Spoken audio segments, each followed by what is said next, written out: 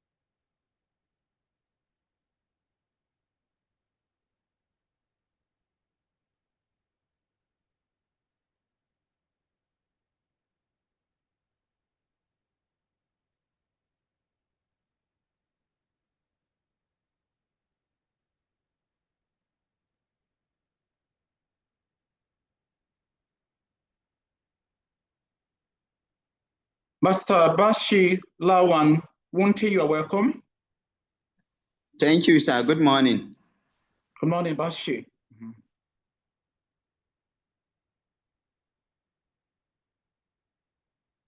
Will we be starting in a jiffy? In very few minutes, or we start?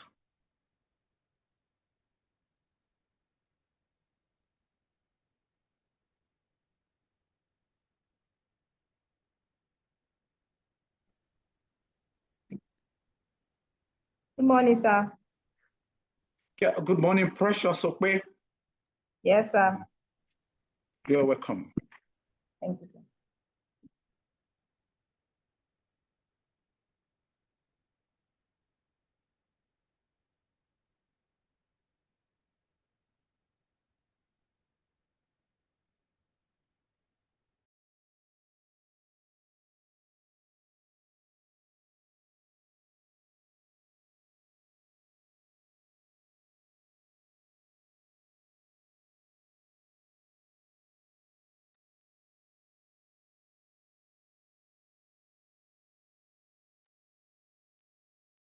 Seven participants so far, just 7 of us. Very few, in a short while, in the next 2 minutes, we will be starting. So you invite others to join us shortly so that we can begin our lectures.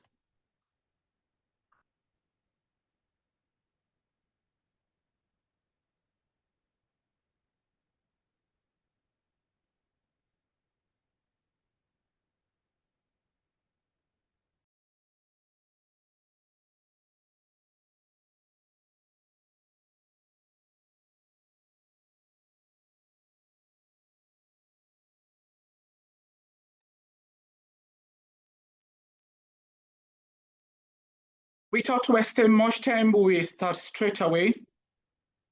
You are welcome to today's lecture at the Institute of Procurement, Environment and Social Standards of the Joseph Sawantaka University, formerly Federal University of Agriculture, Makurdi.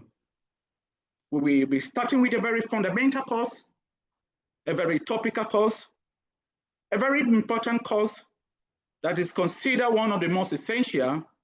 That is why we are starting with it. It's a major course. The course is multifaceted, it's integrated, and has a lot. And that course is now attained by SST 702, Advanced Social Standard in Rehabilitation, 2-credit unit course. We'll be taking the course with my senior colleague, Dr. A.O. Obademi. And my name, I remain yours, Dr. A.D. Taran. Let's look at basically the course overview. And we'll be looking at the course overview. At the end of this lecture, Advanced Social Standard in Rehabilitations, We should be able to explain the concept of rehabilitation. We should be able to, at the same time, explain the concept of community-based rehabilitation, what we refer to as CCCBR. We should be able to explain what is known as the place of social standard in rehabilitation that has become to stay, that globally everybody is talking about, and we'll be doing a lot of justice in this course. Let's look at the introduction. The introduction of advanced social standard in rehabilitation, SST 702, has to do with the sustainable social standard in rehabilitation. It has become one of the very crucial in Nigeria, in Africa, because of the nature of it, that we need to deal with inclusivity, we need to deal with accessibility, we need to deal with individual disability. What are we saying about all this jargon that we have to do with introduction? That in a society whereby a lot of things have gone in the midst of war, internationally, Afghanistan, and Iran, where you talk about the Palestine and the Israel, you talk about communal crisis here and there in Benue, Plateau, and other parts of Nigeria. In a situation where we talk about economic downturn, economic immigration, there is every need that a lot of battered issues, a lot of challenges that all the individual need what we know as rehabilitation. And the World Bank, in its own wisdom, has seen that, it is very important in conjunction with the National University Commission, has to bring about courses that we have to touch about life. And one of these, as we have here at this Institute of Procurement, Environmental and Social Standard of the Joseph Sawantaka, is SST 702, Advanced Social Standard Rehabilitation. The rehabilitation programs enable the quality of life of the people, the quality of life of disability. It has to do with families providing health, providing education, providing livelihood, support, and other activities. Well, why do we need to do all of this? As even in the course of these lectures, for most of us that have attended the lectures, I can see many from Aheme Nongo, from Bashi, from Dendi Emos, who have joined, from Precious Okwe, down to the rest of us. We may be needing one rehabilitation of the other. We will also be looking the context of rehabilitation. Rehabilitation is already what you know, what has been available, what is in the context of the constitution in Nigeria and in Africa, at the local government and the state. And we'll be dealing with all of that in the course of this lecture. We will throw light on how we'll be doing. The lectures, just like you know, it will be taken for like 5 days, I'll take for a few days. And Dr. Mrs. Obademi will join us to handle the other aspect as we begin to do.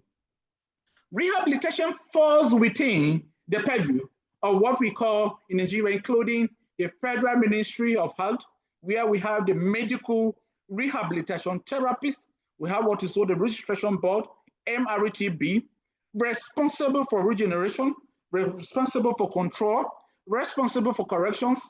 We have the Nigeria Correction Service, responsible for rehabilitations of inmates, rehabilitations of other, and then we also what we call the National Center for Terrorism, which oversees the de-radicalization or rehabilitation of repentant Boko Haram that has come to state.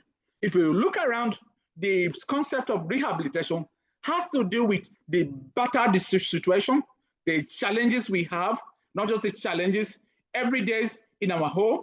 You may even discover it's a practical course. Some of us, if our home, before we came for this lecture, we may be needing one form of rehabilitation.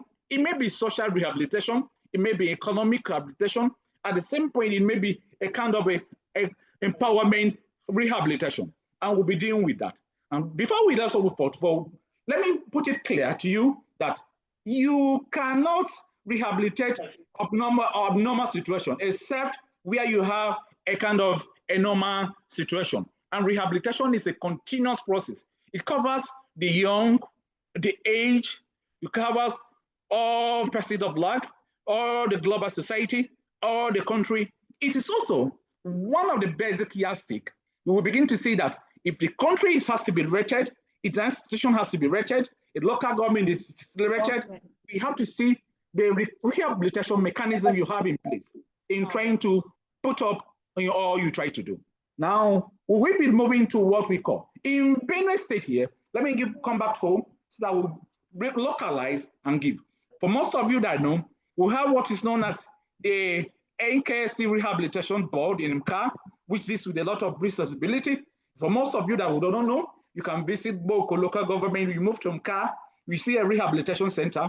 You can also move to what we know as the Benue State Rehabilitation Board, which is German side or present at a P that has to do. The rehabilitation is also part of the consonants, parts of what we have in the department, what is available in the Ministry of what we call Ministry of Women Affairs and other facets.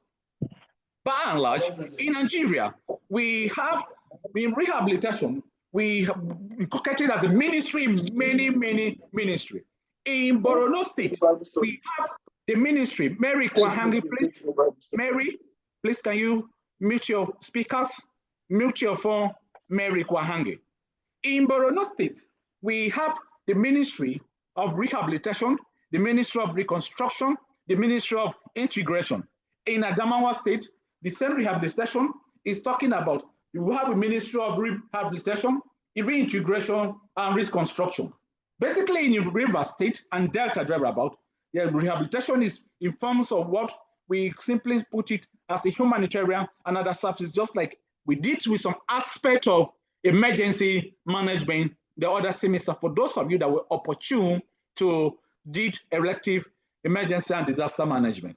But let's also put it this way, that for you to have a situation, in a normal situation, rehabilitation is centered around what we refer to as disability. And let me put up this thing to you, a question to you. Let me put it to you. What is disability? And let me go to Precious Okpe. Precious Okpe, what do you understand by the term disability? What's your own opinion when you say disability? What is disability, Precious? Disability for me is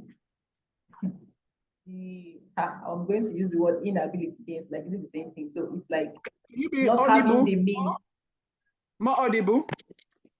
Okay, can you hear me now, sir? Yes, I can hear you very well, Precious. Disability is not being able to provide for yourself, not being able to take care of yourself, not being able to do certain things for yourself. You are having deficiency in helping yourself in certain aspects. So you need probably external assistance. That's disability for me. Thank you very much for that robust contribution.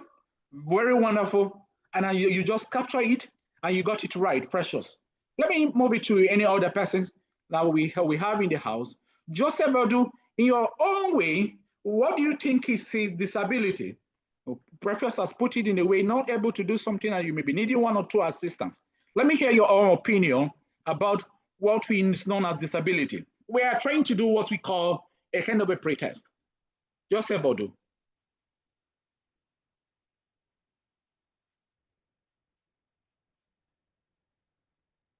Elizabeth Obonga, you're welcome on board.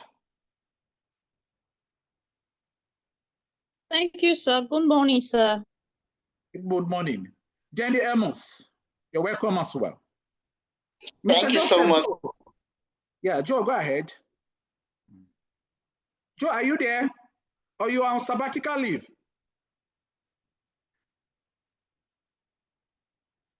Can any one of us, if you want to talk just like Norman, try to observe protocol, you raise up your hand, and we'll be given an opportunity to talk. Yeah, Joseph, I'll do over to you. Good morning, sir. Good morning, Joseph.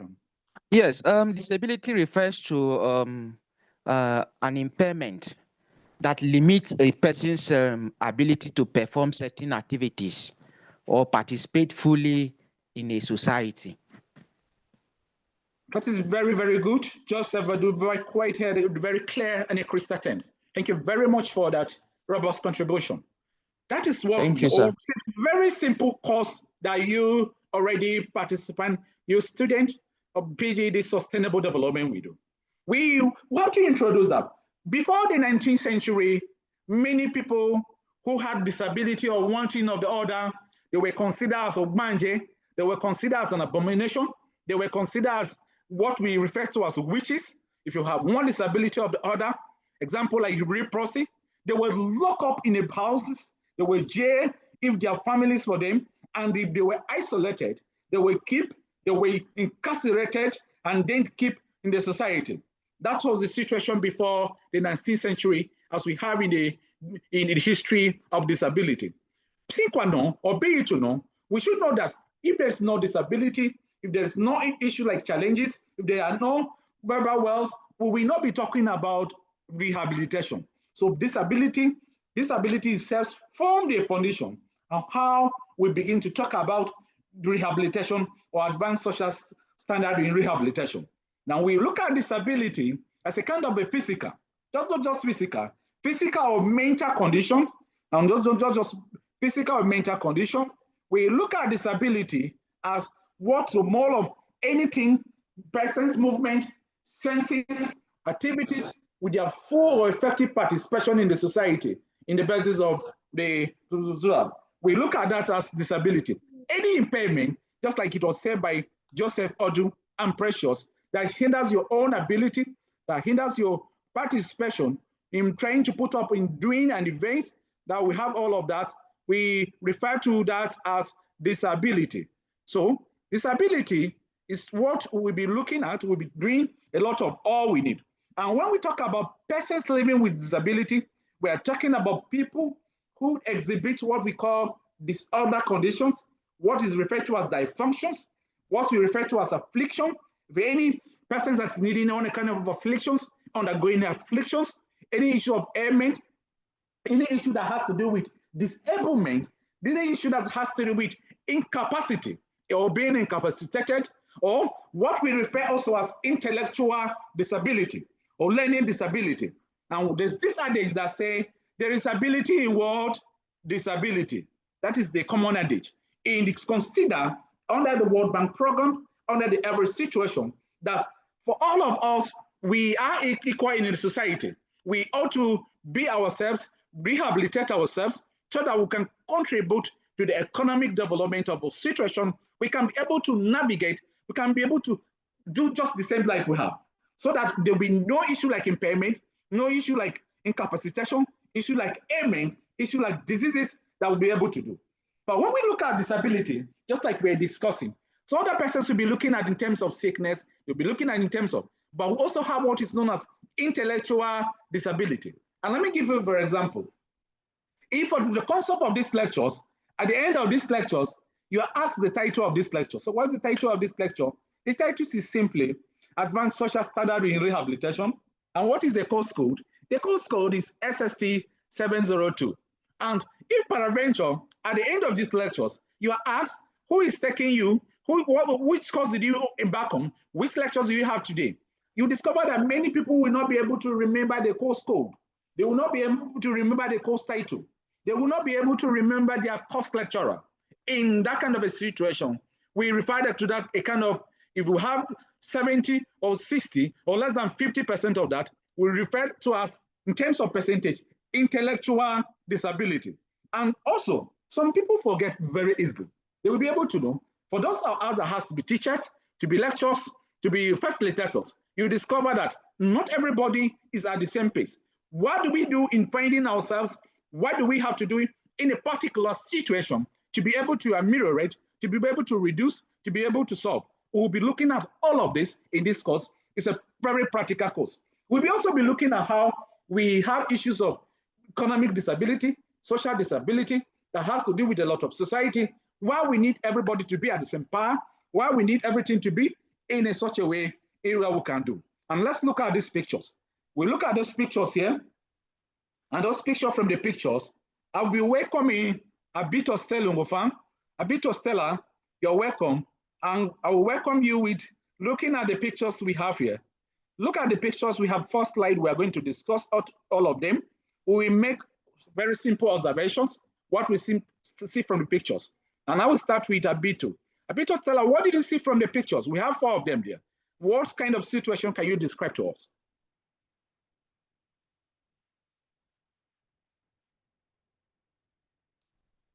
Stella, Abito, Ngufan, are you with us?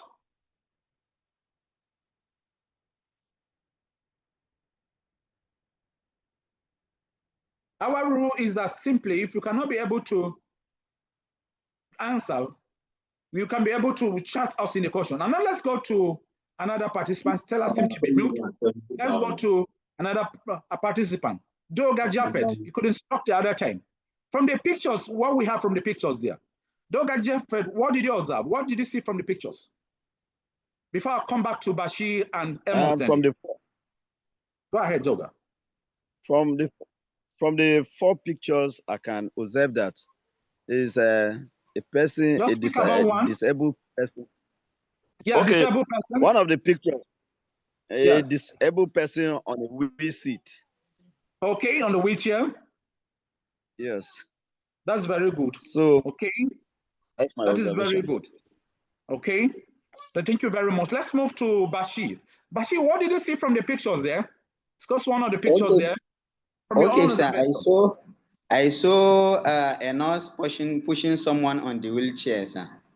Oh, very good. Bashir, you saw a nurse pushing someone on the chair, trying to assist. It's a kind of assisted rehabilitation. Yeah. Let's move back to Dende, Amos, and Ahemin. Ahemin, what did you see from the pictures from there? Yeah, from one of the pictures, I can see a disabled person on the ground, like he's sitting by the roadside. Yeah, a disabled person on the ground sitting by the roadside. And all of you are actually very right. And from the observation, these are the kind of things we'll be doing as part of this course. Part of the disability, why they find themselves in one situation or the other. From the pictorial, from what you are seeing, a lot of people, it could be as a result of accident, it could be as a result of war, it could be as a result of what we refer to as heredity, it could be as a result of circumstance that led into one situation or the other. In all of this, let me input it to this question this way, and I will not ask anybody that is moved to answer. Do we think that these people require rehabilitation or require assistance, and why?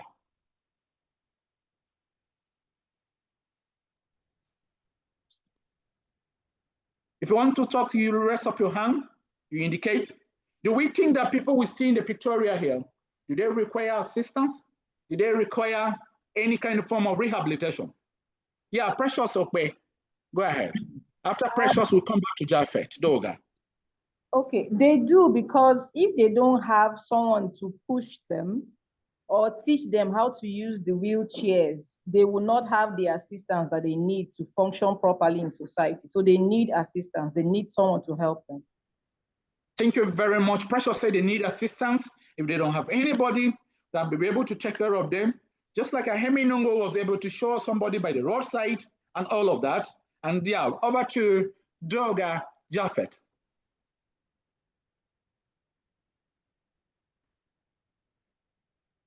Doga Japhet, please. You have Hello, sir. Yeah. Yes, sir. Good morning, class. Good morning. These persons we see here need both rehabilitation and assistance. Just as my colleague said earlier, with the wheel seat, they need somebody to push them, and the person who is by the roadside need intervention. If he is knocked down by a vehicle, somebody will lift him and then take him to adequate facility that will give him the needed attention. The aspect of rehabilitation, as we earlier said, then these people are full of ability, but they have disability. So if rehabilitated, they were eliminated the aspect of outright disability from them. They will be able to function in some circumstance that knowledge is needed. Physically, if they cannot raise to do anything, with the aid of their wheel seats, they'll be able to perform office function and other functions that will add value to the society they live in. Those are my contributions, sir. Thank you very much, Doga Japhet. And thank all of you. I want to appreciate all of you for your contribution so far. This is a kind of my classes, my lectures, my first facilitation, a kind of course. I don't know why IPES has to put it, All of them are practical courses. They are courses that have a lot of effect on your community, on your home, on our local government, and our state, and needs to be handled. A lot of these people we see from the picture here, they have, if put everything in place, everything is in order, they have a lot of contribution to the economy. We will be looking at all of that, and we'll be giving you a lot of examples of great men with disability who have been able to contribute economically. Let me put it across to you now that in the state of Nigeria right now, we have a governor that has disability. That governor is the governor of Akwa Ibom, Emono. Omono is an albino. An albino is a kind of disability that has to contribute. We will be looking at how we need everybody to be in place. We have a former governor of Nasarawa State. We talk about needed one form of disability. Senator Tanko Amakura, who also has a lot of one or two disability. We'll be looking at all of that. We'll be looking at ourselves. In the course of these lectures, even ourselves, we know that, oh, we may have one or two disability, we may have one or four impairment, we may have one or two issues that may need rehabilitations. And that takes us to what disability again to further give. They include people who are able to have disadvantage, people who are handicapped. Anybody that is handicapped is also a kind of disability, especially the one that imposed or recognized by the law. Disability, in terms of disability, with time I will be able to give a lot of examples. I'll be asking you a lot of questions to know if whether somebody is disabled or he has one disability or the other. This encompasses what we call vision impairment, hearing, impairment in hearing, or deaf or dumb, a kind of mental conditions, disability, what we refer also a kind of acquired brain injury, autism disorder, physical disability, learning disability, dexterous, and other residual palsy. Some of these terms are scientific terms. In rehabilitation, it will deal with a lot of combination. It because that you must be able to be very vast. In rehabilitation, you are dealing with health, you are dealing with educations, we are dealing with chemistry, you are dealing with what even community rehabilitations, you are dealing with a lot of indigenous knowledge that's combined that we did in rehabilitation. We also have what we know as multiple disabilities. What we have mostly in terms of what is referred to as muscular dystrophy, what we have as dwarfism. We have a lot of dwarf, it's a form of disability. And I may ask, how do I put it? Let me go back to, I ask this question, and let me see how we'll be able to know. How is a dwarf or dwarfism referred to as a form of disability? Why are dwarfs referred as, or dwarfism referred as a form of disability? Any attempt to that questions? Having defined disability as a kind of impairment, anything that's handicap, that will reduce every one or two functions of the other. Yeah, Dandy Amos, you want to say something? Yeah, Dandy. Good morning, sir. Good morning. Can you increase your volume? Hello. Hello, we can hear you, but increase your volume. Good morning, sir. Good morning. Speak louder so that the class can hear you.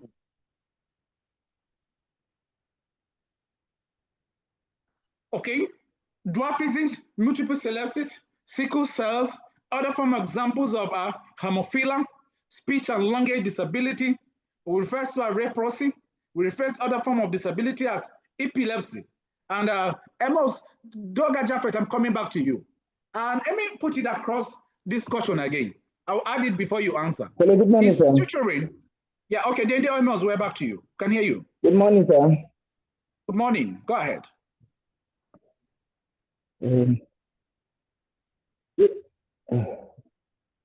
We do ask that why is dwarfism or why are dwarf referred as a kind of a disability in one form or the other? Dr. Jaffet. Good morning, sir, once again. Good morning. Yeah, why we refer to dwarfism or those who appear in that height as disability. Some of these genealogically distinct, some of these things are effect of effect of industrial action. Okay, when I say industrial action, it will be like a strike. Effect of we understand with you. Yeah, effect of manufacturing. It could be a bomb that has been thrown, dropped somewhere. The substances that are left on the ground could affect birth, which people may appear in this form. So they didn't appear in the normal form of a human. They appear like human being in a normal form, but they are impaired with their height is an impediment.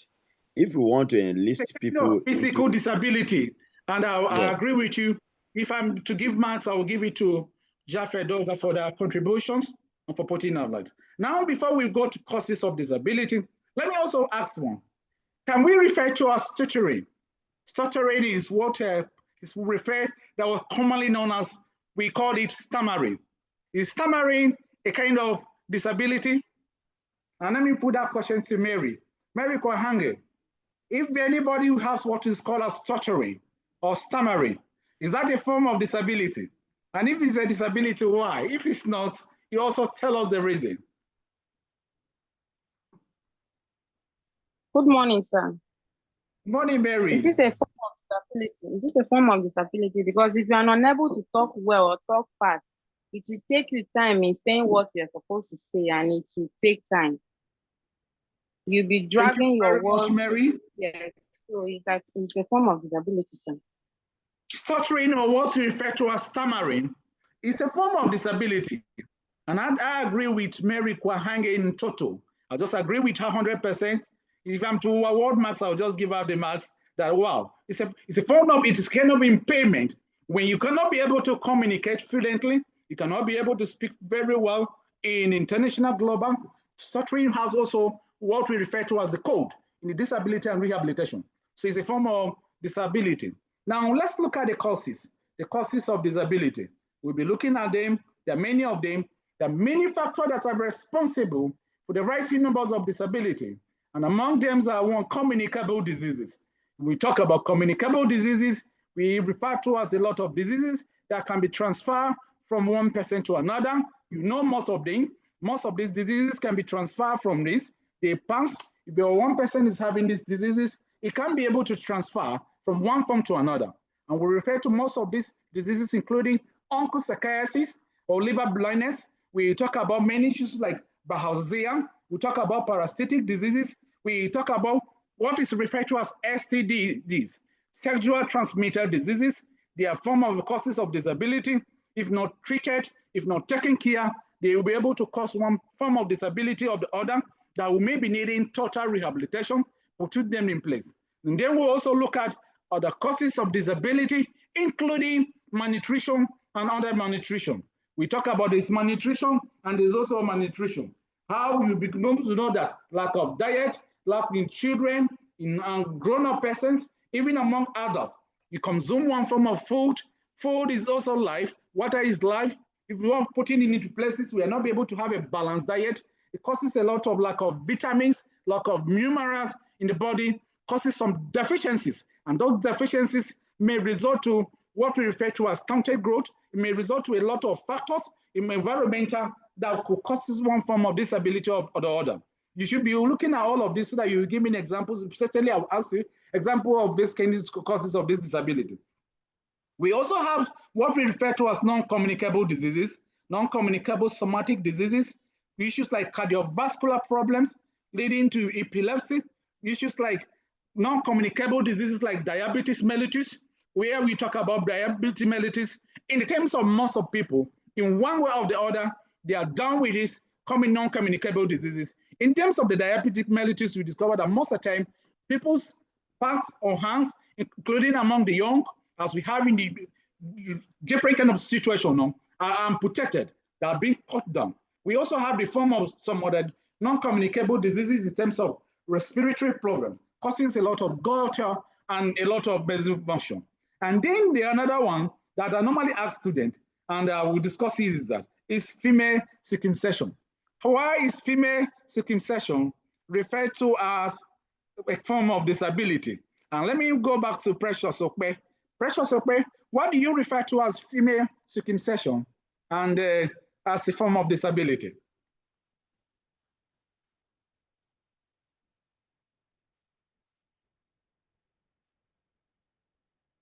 Precious, are you there? Okay, go back to Bashi. Bashi Lawan Wunti, what is female circumcision referred to as a form of disability?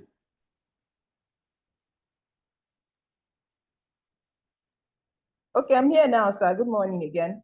So for me, okay, female circumcision is like female genital mutilation in the development world. That's what.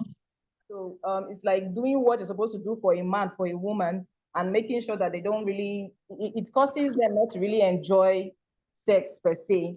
And there are other harms that can come through such means, like infections and all that.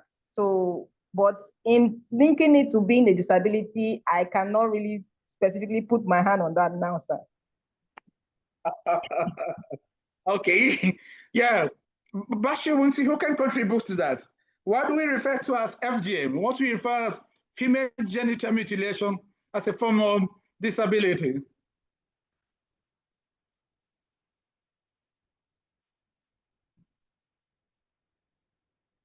Is there anybody that wants to answer that question, that want to give us an insight or highlights on that? Yeah, Doga Jaffet. Yeah. Doga Jaffet, go ahead. Yeah. Yes, sir.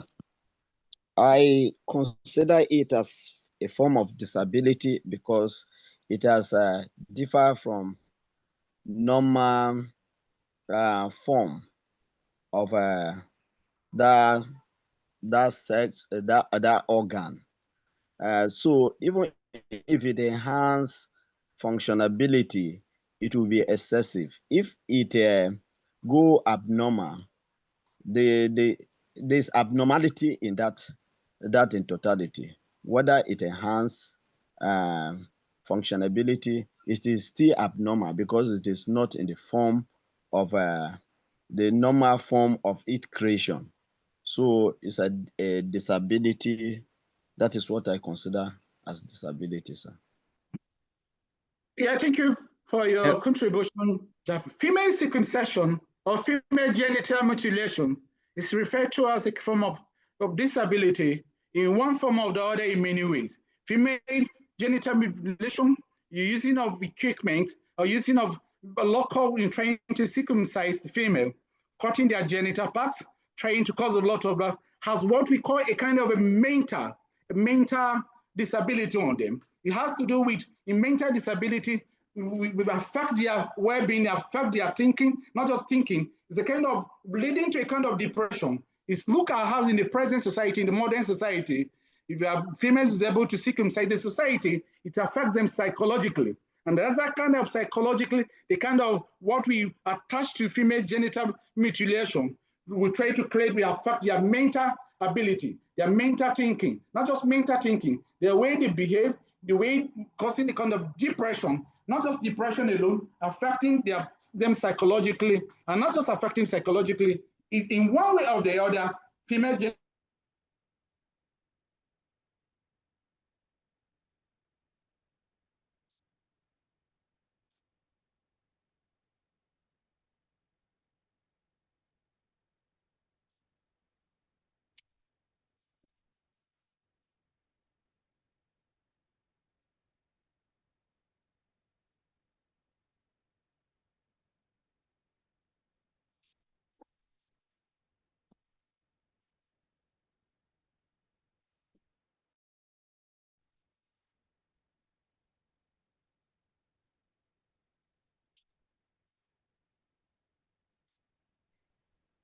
Yeah, network was fluctuating. We were talking about female genital mutilation, and that's what we're discussing. We're looking at the causes of disability, before I was thrown out. And we mentioned community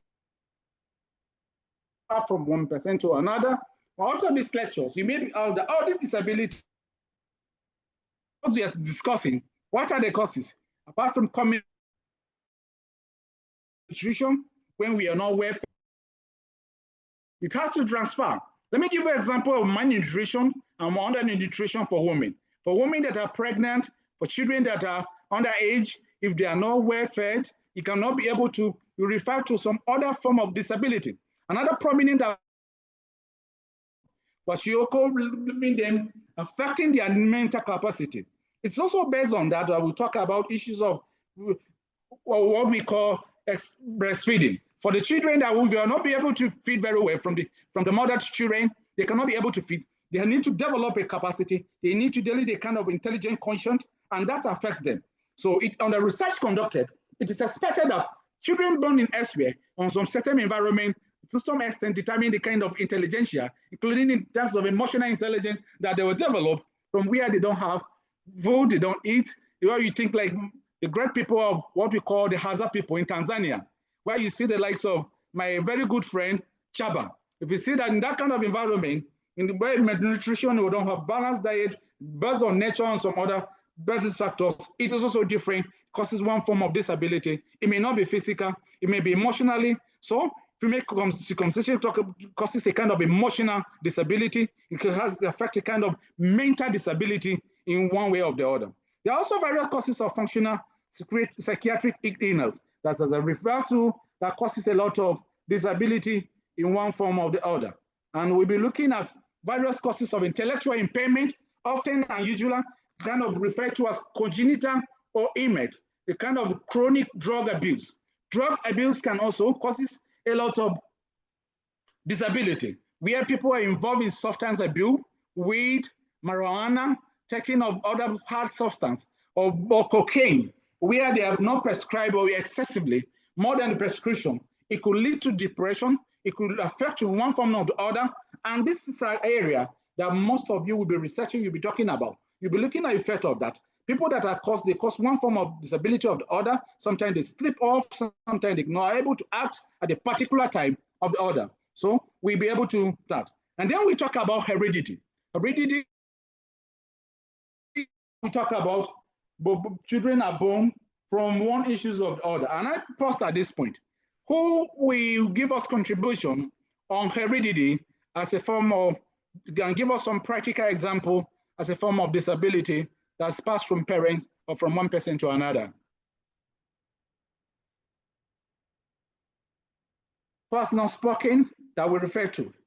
Discussion of heredity as a form of disability. Nai Grace, Nai Joseph, you have not spoken today.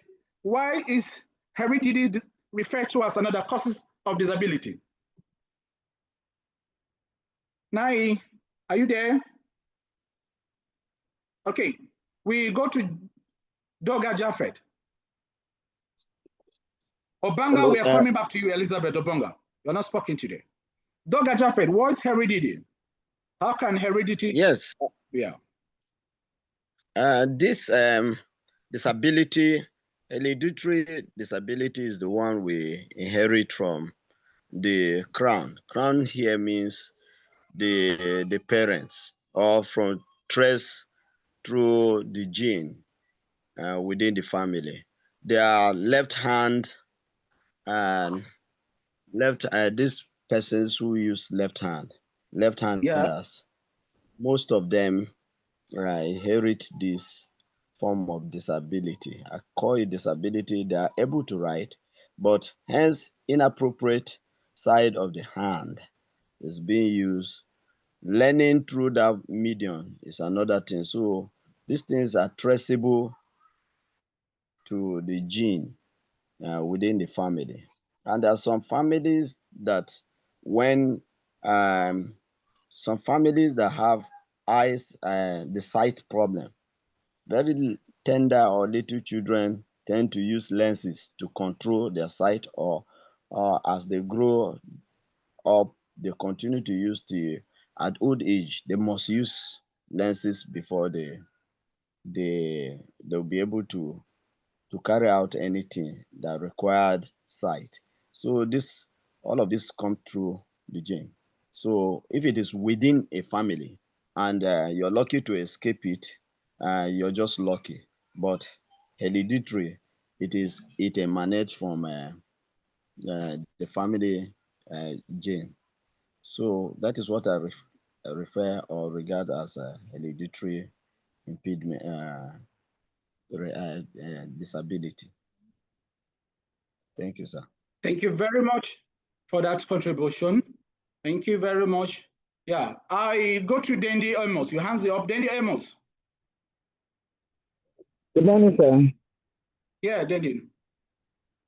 Yes, sir. Just yeah, as go ahead. heredity is the transfer of futures from parents to the children. And we can see one of the causes. Can you be more audible? Audible, please, so that the class can hear you.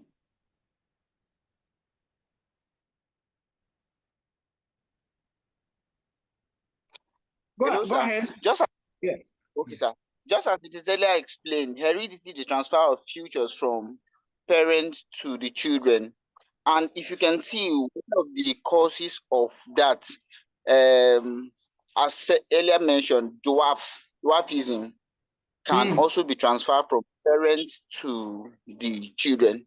So I see that's my submission. Okay, thank you very much.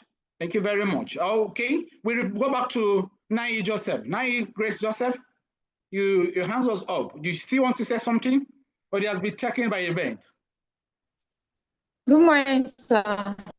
Good morning. Yes, sir. Thank you, sir, for the opportunity. Okay, we inherited from parents. For instance, we have sickle cell disease. This is actually inherited from parents, either if the parents are SS, AS, and that will result to maybe one of the child or some of the children having this condition, and it affects them emotionally. It also affects them physical, and it also affects them in their learning as well, because they get to face a lot of challenges with their health. And as a result, they might not be present every time in the class. And so it's an issue. So these are my contributions, sir. Thank you so much, sir. Thank you very much for that.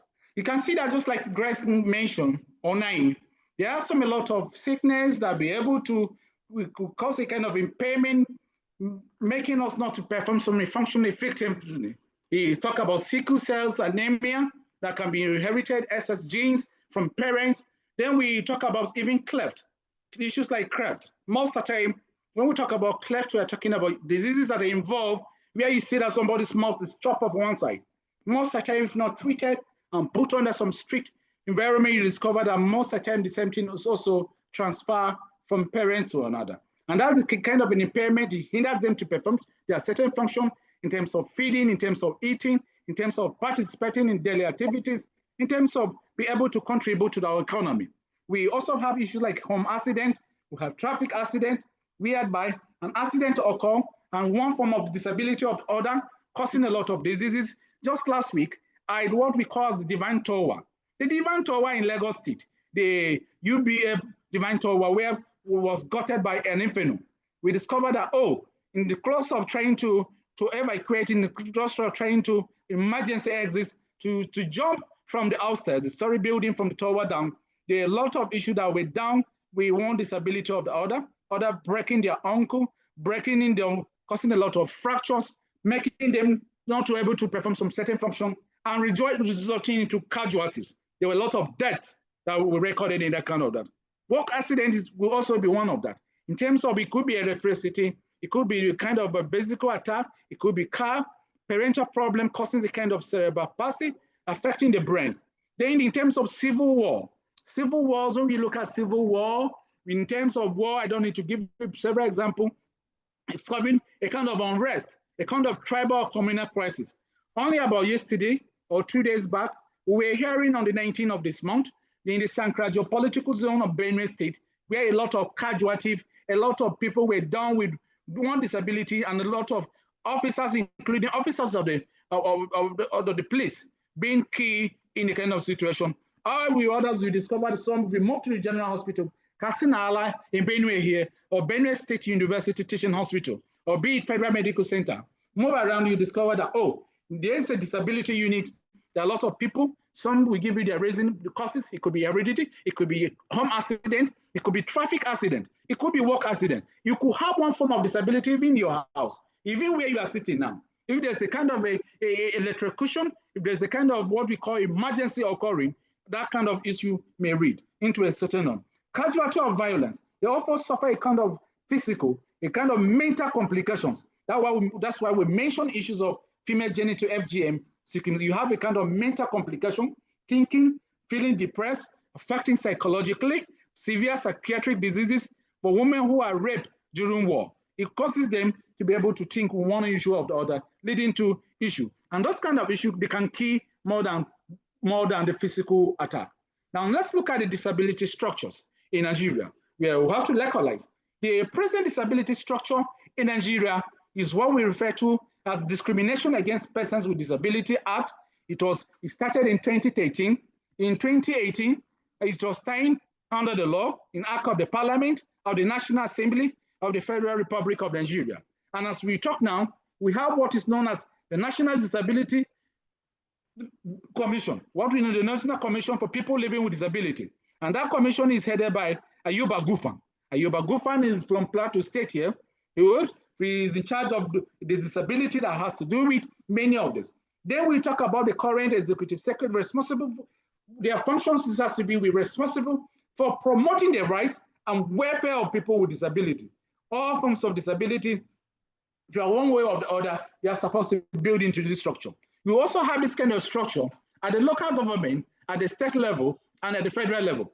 Just like we talk in terms of emergency, disability structure has to cover where it has to do with the law. If you're able to look at the National Disability Act, which I urge you to leave, is online, the document is bulky and the course is also bulky. I don't want to bore you with many things at this level. I just want you to get the basics that you require so that you'll be able to know. You can read the National Disability Act or the B, an act for establishing the people living with disability. We have a lot of association. In terms of disability, each of the disability has an association.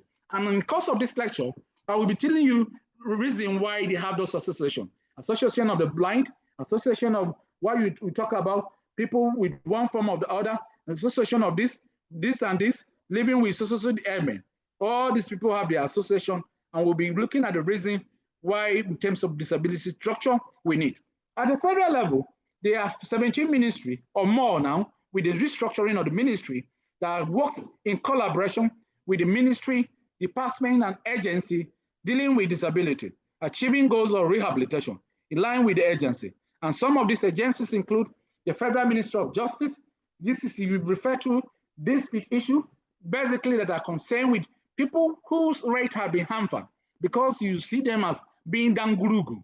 You look at them as being what we refer as okpo, or people that have been down with order. The Federal Minister of Justice, also with some other basic parastatal that are able to carry out that function, to be able to, you report to that kind of situation to them, they take care of that. And also the foundation, part of the Disability Act is generated from that ministry. Everything that has to do with disability, anything that has to do with rehabilitations is incorporated in that ministry. There's also, there's some specialist lawyers who are especially responsible, and their area of specialization is to cover and to protect people with one issue or the other. If you are able to travel far and wide, the Disability Act and the DAS of laws is given top priority. In transportation system, that's called some of the Ministry of Women Affairs, Ministry of Labor, Information, and all of that.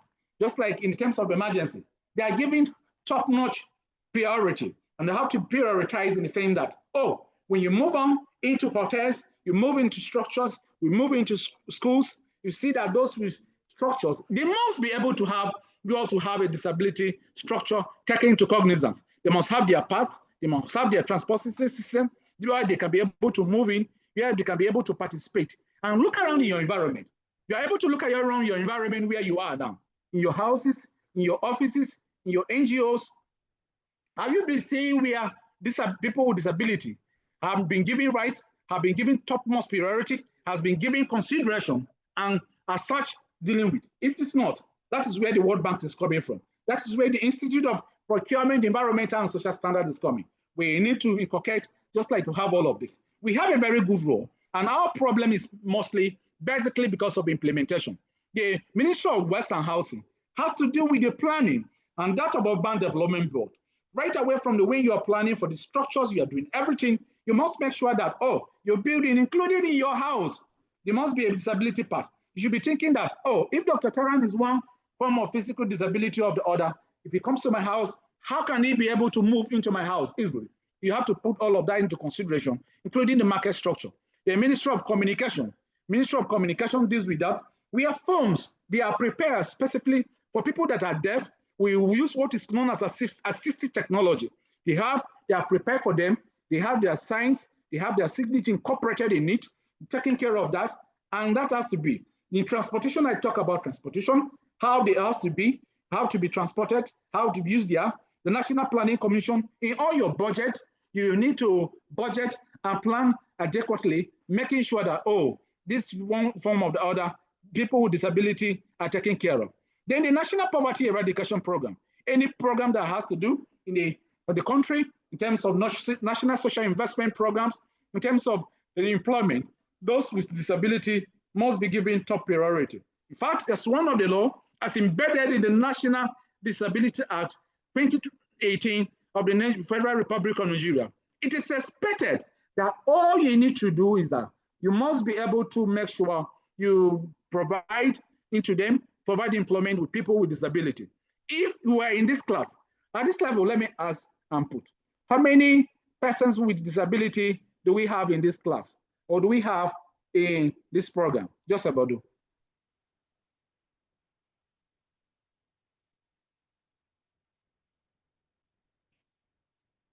Do we have persons with disability in our class? Or into this program? No, sir. No, sir. Yeah, Obanga, you want to say something? Elizabeth? Yes, sir. Good morning, sir. Good morning, everyone. Good morning.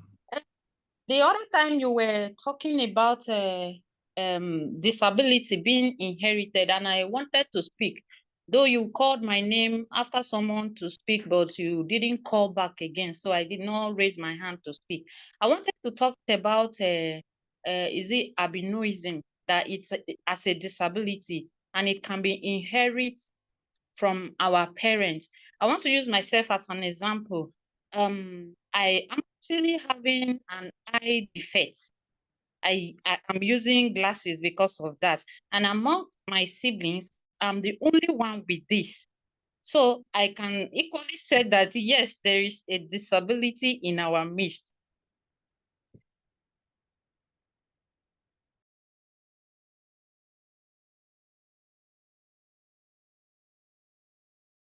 Hello? Can I be heard, sir? We can hear you, ma. Hold on, maybe it's network. Okay.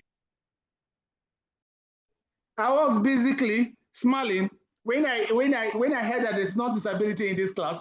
There's no form of disability. You know, I asked it purposely so that I would be able to know. And everybody said, no, we don't have anybody with disability. And I've laughed. Maybe at the end of this lecture. We have, sir. We have people with financial disability, sir. There's a way, I just look at it. Maybe at the end of this class, when you have our lecture 1 or 2 or 3, you will answer it yourselves whether you need rehabilitation, because whether you need one form of reconstruction, whether you need one form of reintegration, whether you need form of economic, be social disability and all of that. I can see that all of us are buoyant and very sound at the end of the day. But as time goes on, we'll be able to know. In Nigeria, there are associations with disabilities such as the Association of the Blind, Association of the Deaf, and the physically handicapped people living with disability. Have we seen those people moving with one placard, moving with one book of the other, seeking for assistance, moving about with association of this and this? How many of us have seen an association of one disability or the other before? Nai Grace, have you seen them before? Yes, Sir, what was the question? Yes, we try to do this so that we carry people along. When we know that everybody is not following, we call your name so that you come back to the class what was and the join question? us. We try to call you so that you come back to the class, so that we will not just be talking and we log in and be looking for some other things. So have you met people with disability? Have you seen member of any association of disability moving about with their book, moving about with their assistants, moving about with placards, looking for one assistance or the other? Yes, sir. I've seen, sir. Okay. Okay. In the marketplace. Okay. I saw, yes, sometime I think some years ago I saw that particular group in the marketplace, and I also saw another one. It's not really that one is not blind people. I think the person is sick, so that particular organization, they were moving with the person, trying to get assistance in the market too. Thank you, sir. Thank you very much, Nai Grace. What they are doing is a kind of form of seeking empowerment or seeking assistance for rehabilitation. For all of these associations, the blind, the deaf, the physically albino, the president of the Albino Foundation in Nigeria is Jake Epele. Jake Epele is a multi-billionaire. He contested also for governorship. He's one of the blown. Let me also tell you that some of the richest people that are globally in the world that we tend to begin to mention for you that people with one disability or the other. We are thinking that disability is for the poor, disability is for the black, disability is for the children, disability is for this. Disability definition has gone past just looking at the physical aspect. And all of that, with time, we'll be able to know. We'll be able to have that. The people living with disability have first-hand experience challenges and barriers. They're face-to-face. So we need them to make valuable inputs in crafting effective as enshrined in the United Nations Convention and the right of person with disability. All we need to do is that we have to do in any decision in the Benue state government, the Nigerian state, the African society, we need to inculcate, we need to involve people with disability in our decision. If you have not been doing that in your ministry, in your office, in your NGO, in your community, whenever time you want to discuss any issue, the convention postulates that you involve these people with disability, and it may be a kind of physical disability, it may be a kind of any form of impairment, it may be a kind of emotional disability, it may be an issue that be kind of related to what we call mental health. That will take us to look at the type of disability. We'll be looking at type of disability. These types of disability, there are many different types of disability, many different types of disability. You have intellectual disability, you have physical disability, you have sensory disability, you have mental. While we share some information about disability with you, remember that disability is black and white. When we say disability is black and white, disability can happen to even the Americans, it can happen in Europe, it can happen to the black Africans, it can happen to anybody. Disability at any age, at any stage. We're just in the lectures, we're talking about last weekend, where we delivered a physical lecture somewhere in Abuja, and by the time we left, and we're in kind of a situation, some of the participants on their way moving, they had an accident, and that resulted in one form of disability. As we're talking, some of them, they are still in the hospital. I was coming to somewhere, so you saw some form of that. So you don't, when we talk about disability, it's issue that involve all of us. Don't be thinking that, oh, this issue we are discussing about, it's also how we treat issues just like issues of emergency.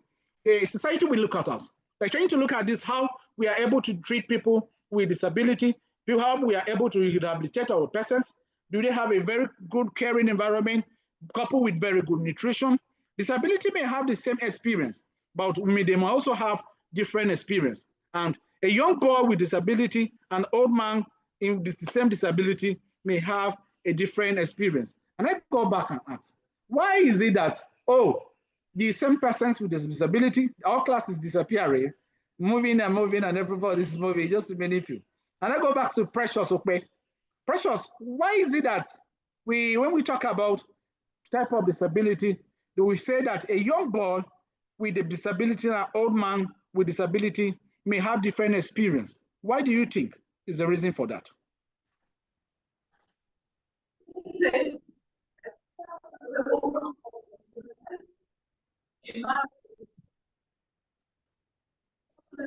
Hello.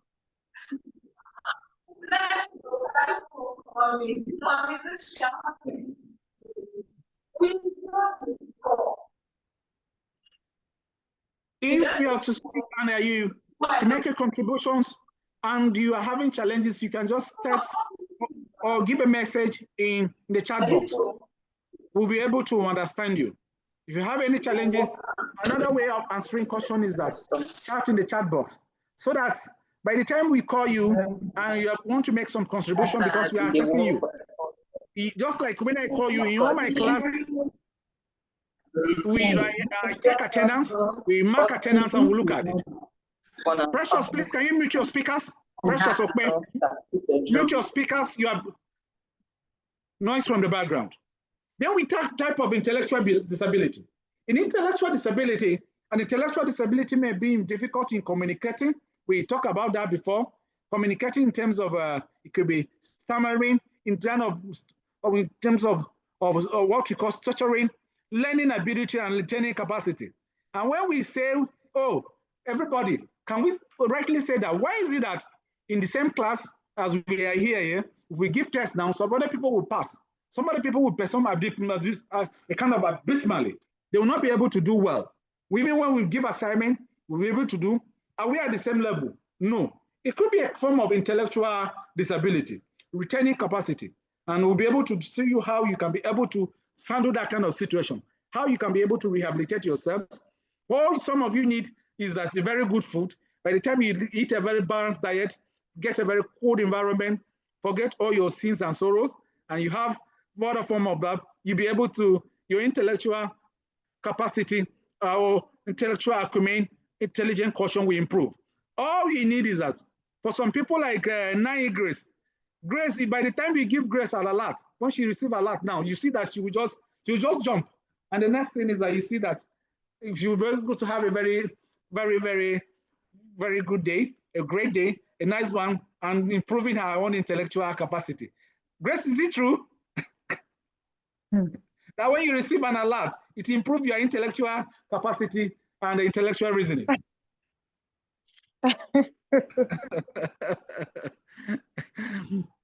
Different types of physical disability are either temporary. Some of them are just temporary, or some are premature. You are able to have types of physical disability.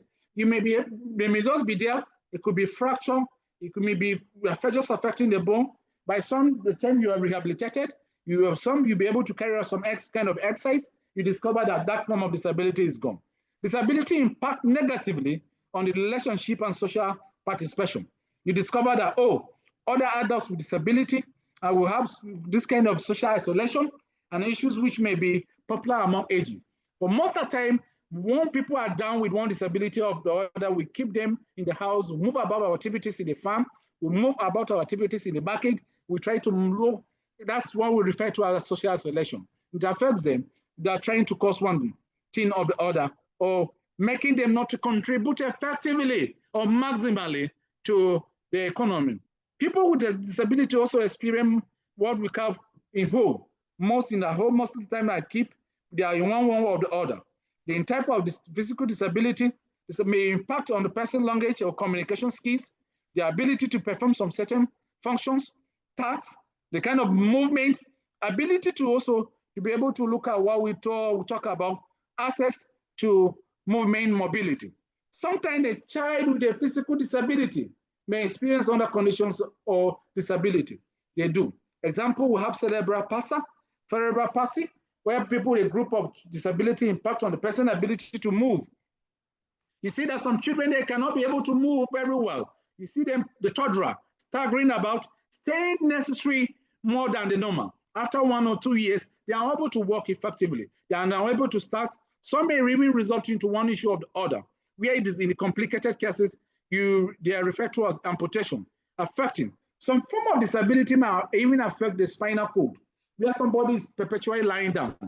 Have we go to the hospitals, move to the environment, in the communities, you see that some people cannot be able to move down. Another common example of form of disability is polio.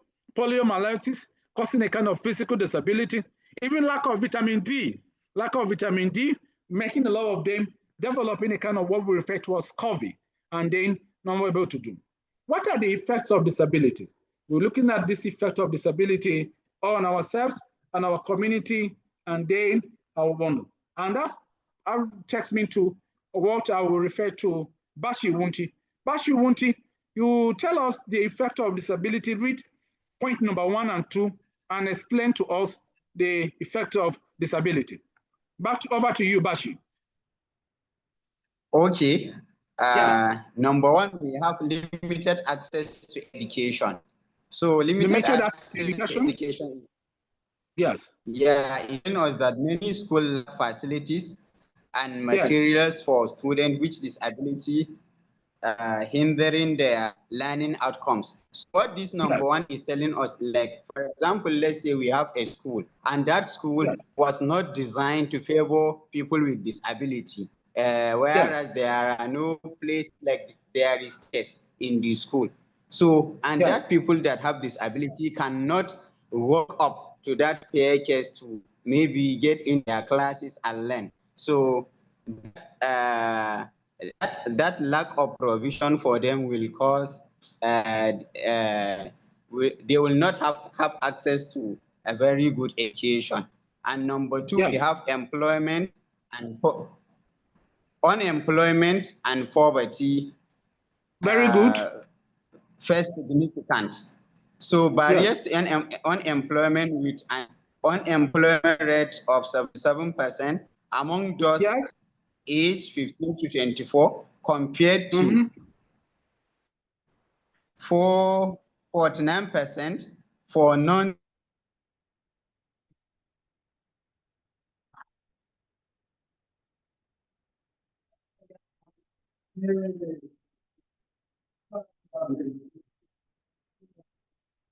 Go ahead, Bashi.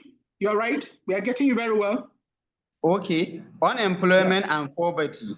So what this number 2 is telling us that, for example, like there are jobs that maybe when someone that is disabled is seeking for that job, he might be segregated because of his disability.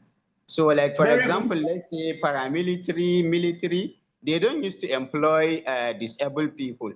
So that thing can bring a setback in maybe for like a disabled person to secure a job in that organization. So number 3, inaccessible infrastructure. Public building, transportation are made often inaccessible, making it difficult for people with disability to move around, and social stigma, right? So, like for example, there are buildings that may be government made.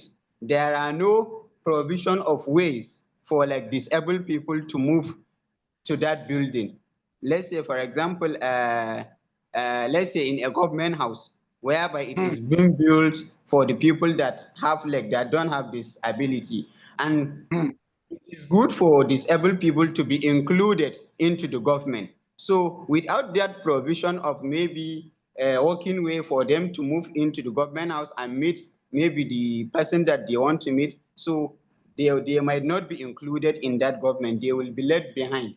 Their voices will not be reach out to where they want to.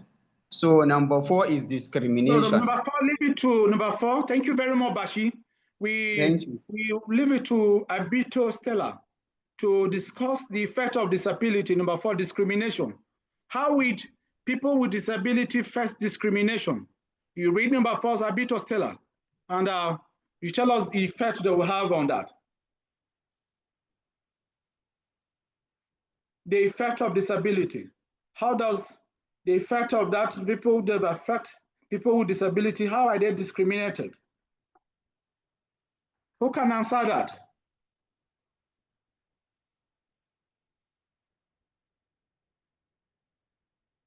Yeah, who can do that? Who can answer that? Abito Stella is silent. She's not talking. Yeah, Doga Jaffe, can you answer that? How can people with disability be, how are they discriminated? Then Hello, sir. Yeah. Hello, sir. Yeah, go ahead. They are limited to some opportunities that ordinarily, if they are not impaired, such discriminations would have not affected them. Like, for instance, when they talk about enlisting people into Nigerian army or the para force, those with the heart desirous of serving their nation are impaired just for the factor of their age, not that courage, not seeing the courage from their heart. So this is the angles such discriminations comes, and then they are limiting a lot of potentials. That is my contribution, sir. Thank you very much for that very good contribution and wonderful one, Doga Jaffet. We remember that disability affects access to education, unemployment and poverty, accessible infrastructure, and discrimination. Just only today, the Nigerian Customs Service is recruiting. And when we saw they are writing their aptitude test today for those people that want to join Nigerian Customs for service. And in the course of writing, in the course of getting statistics and data, working with them across over the Federation, they'll be writing by 3. When we sought to know the number of persons with disability that will be writing that aptitude test to participate for these exams, it became somehow, and if you look at the statistics, it's very discouraging. And not as if we don't have qualified people. We have a lot of them. When we try to sort out to know why that most of them are not part of the situation, we are told that, oh, in one way or the other, you will discover that this and this and this and this and this will happen. This is it. This is the kind of situation we have, and this is the kind of situation. We discover that, this is because most of them are now carried along. Just like now, the Nigerian police force also have advertised, do it as an assignment for you, try to go to the ICT unit because you're coming from the points of academics. And if you look at the statistics or move to their offices, you discover that just like Bashi Lawanguti, Doga Joseph, Nai Grace, and Precious or perhaps contributed in the past, most of these, they are discriminated. They are in one form or the other, the kind of social exclusion and interaction. And the aims of the rehabilitation is that, all of this is to reduce minimum. They ought to have been, as we have in the National Disability Act 2018 or 2018, to include all these people as part of all of that. It's also been interested us to know that we should take the causes and the effect of disability seriously. It looks as if the causes and the effect of disability, we don't hide our own, will be they look examinable. You may decide to ask to mention 10 causes of disability and 10 effects of disability. And then, matching by all of that, if you don't know them, you will meet my friend Malawa Gumti or Bashi. Bashi will be able to explain to you, or you meet people in the other effects of disability. And then what we have is that we have a limited access to healthcare. People with disability almost have access to healthcare, exhibiting their kind of conditions. There is a kind of situation, most of the time, we don't have hospitals for them, where you are specialized to have people, you discover that you need to hustle, we need to rush. And these people are put at the backyard, they're not giving preference, they don't have good access to healthcare and all of that. We need them in the community, we need them in every corner, we need to rehabilitate, we need to have all of that. There's also abuse and violence. People with disability will discover that they're vulnerable to physical attack and financial abuse. And I put it to Precious. Precious, okay, how are people with disability abused, and then how are they vulnerable to physical and financial abuse? How are people with disability vulnerable to physical and financial abuse? Precious, okay.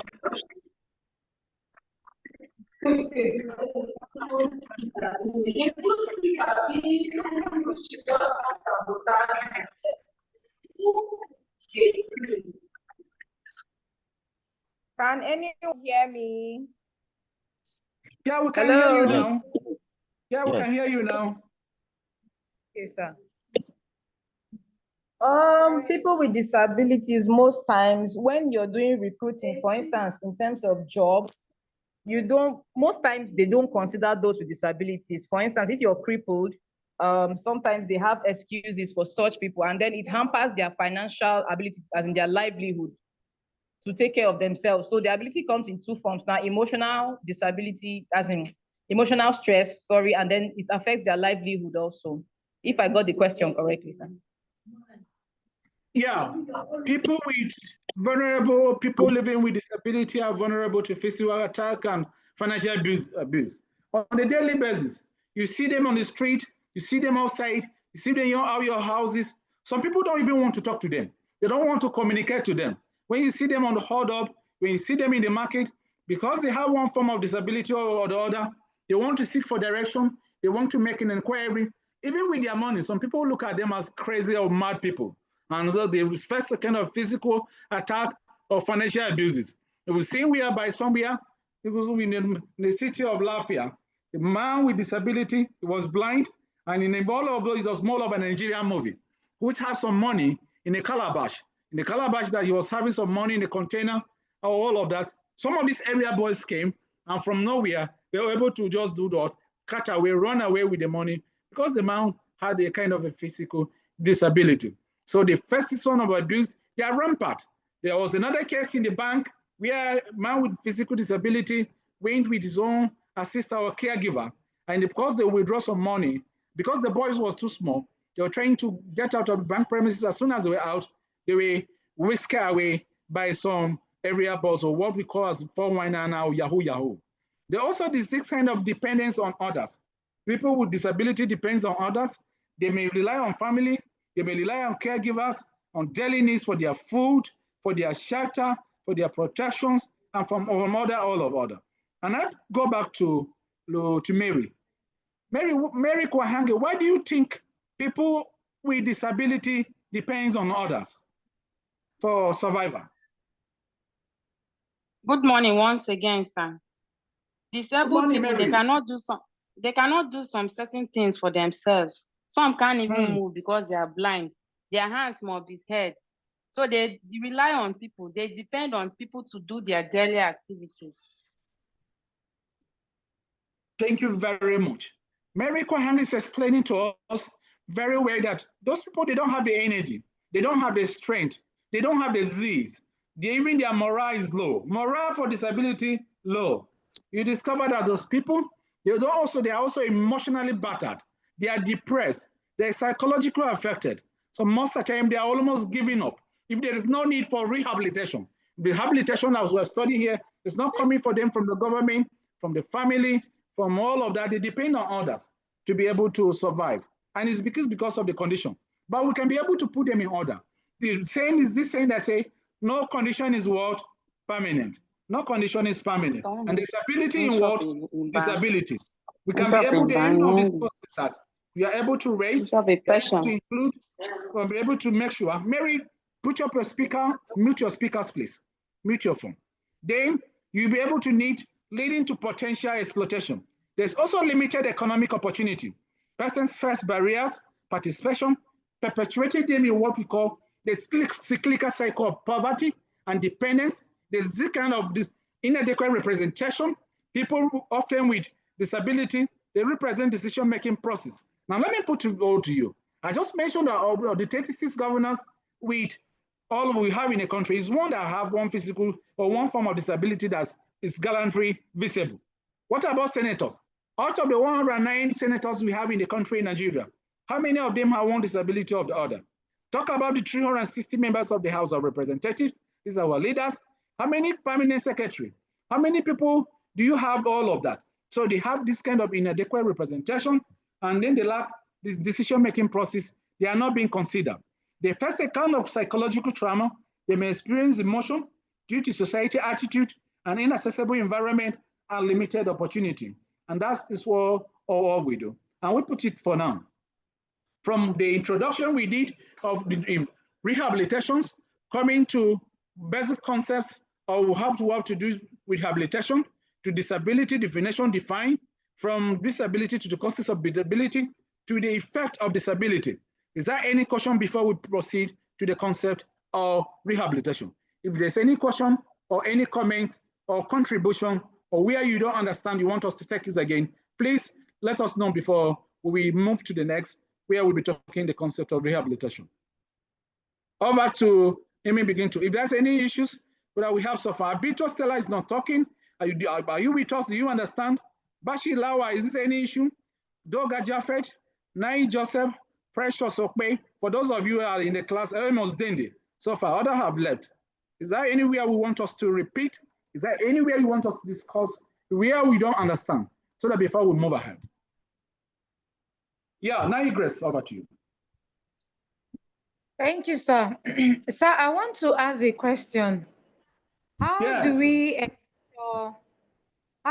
ensure that the structure effectively cater for the real needs of those that are certain disability? For instance, blind people and those that have speech impediment. So for instance, maybe in the hospital, and then like the medical personnel, we don't have people that meet this kind of needs. For instance, maybe a doctor is faced with a patient that has speech impediments, and then he's not trained, to communicate to him or her to understand. So how do we ensure we have identified the problems? So how do we ensure that they actually, their needs are being met, in places that they will require services? For instance, I mentioned like the hospital, the bank, and all that. Thank you very much. Sir. Yeah, Grace Nai is asking Joseph that how do we incorporate, or how do we make sure that we incorporate or put into consideration, implement a structure where people with one form of disability are taken care of in all facets of life, and they are being considered with utmost issue. Giving us an example of speech impairment, or what we talk about stuttering, or what we talk about, we refer to as stammering. How do we take care of that? Where you don't have specialists in hospitals, other people, you don't have all of that. Now, the first other definition we talk about rehabilitation, go back, look at it, is that rehabilitation, which we'll be handling now, which will be next, is that rehabilitation is multifaceted. Rehabilitation is multi-sectorial. Rehabilitation is multidisciplinary. Now get it again. Rehabilitation is multi-sectoral. Rehabilitation is multifaceted.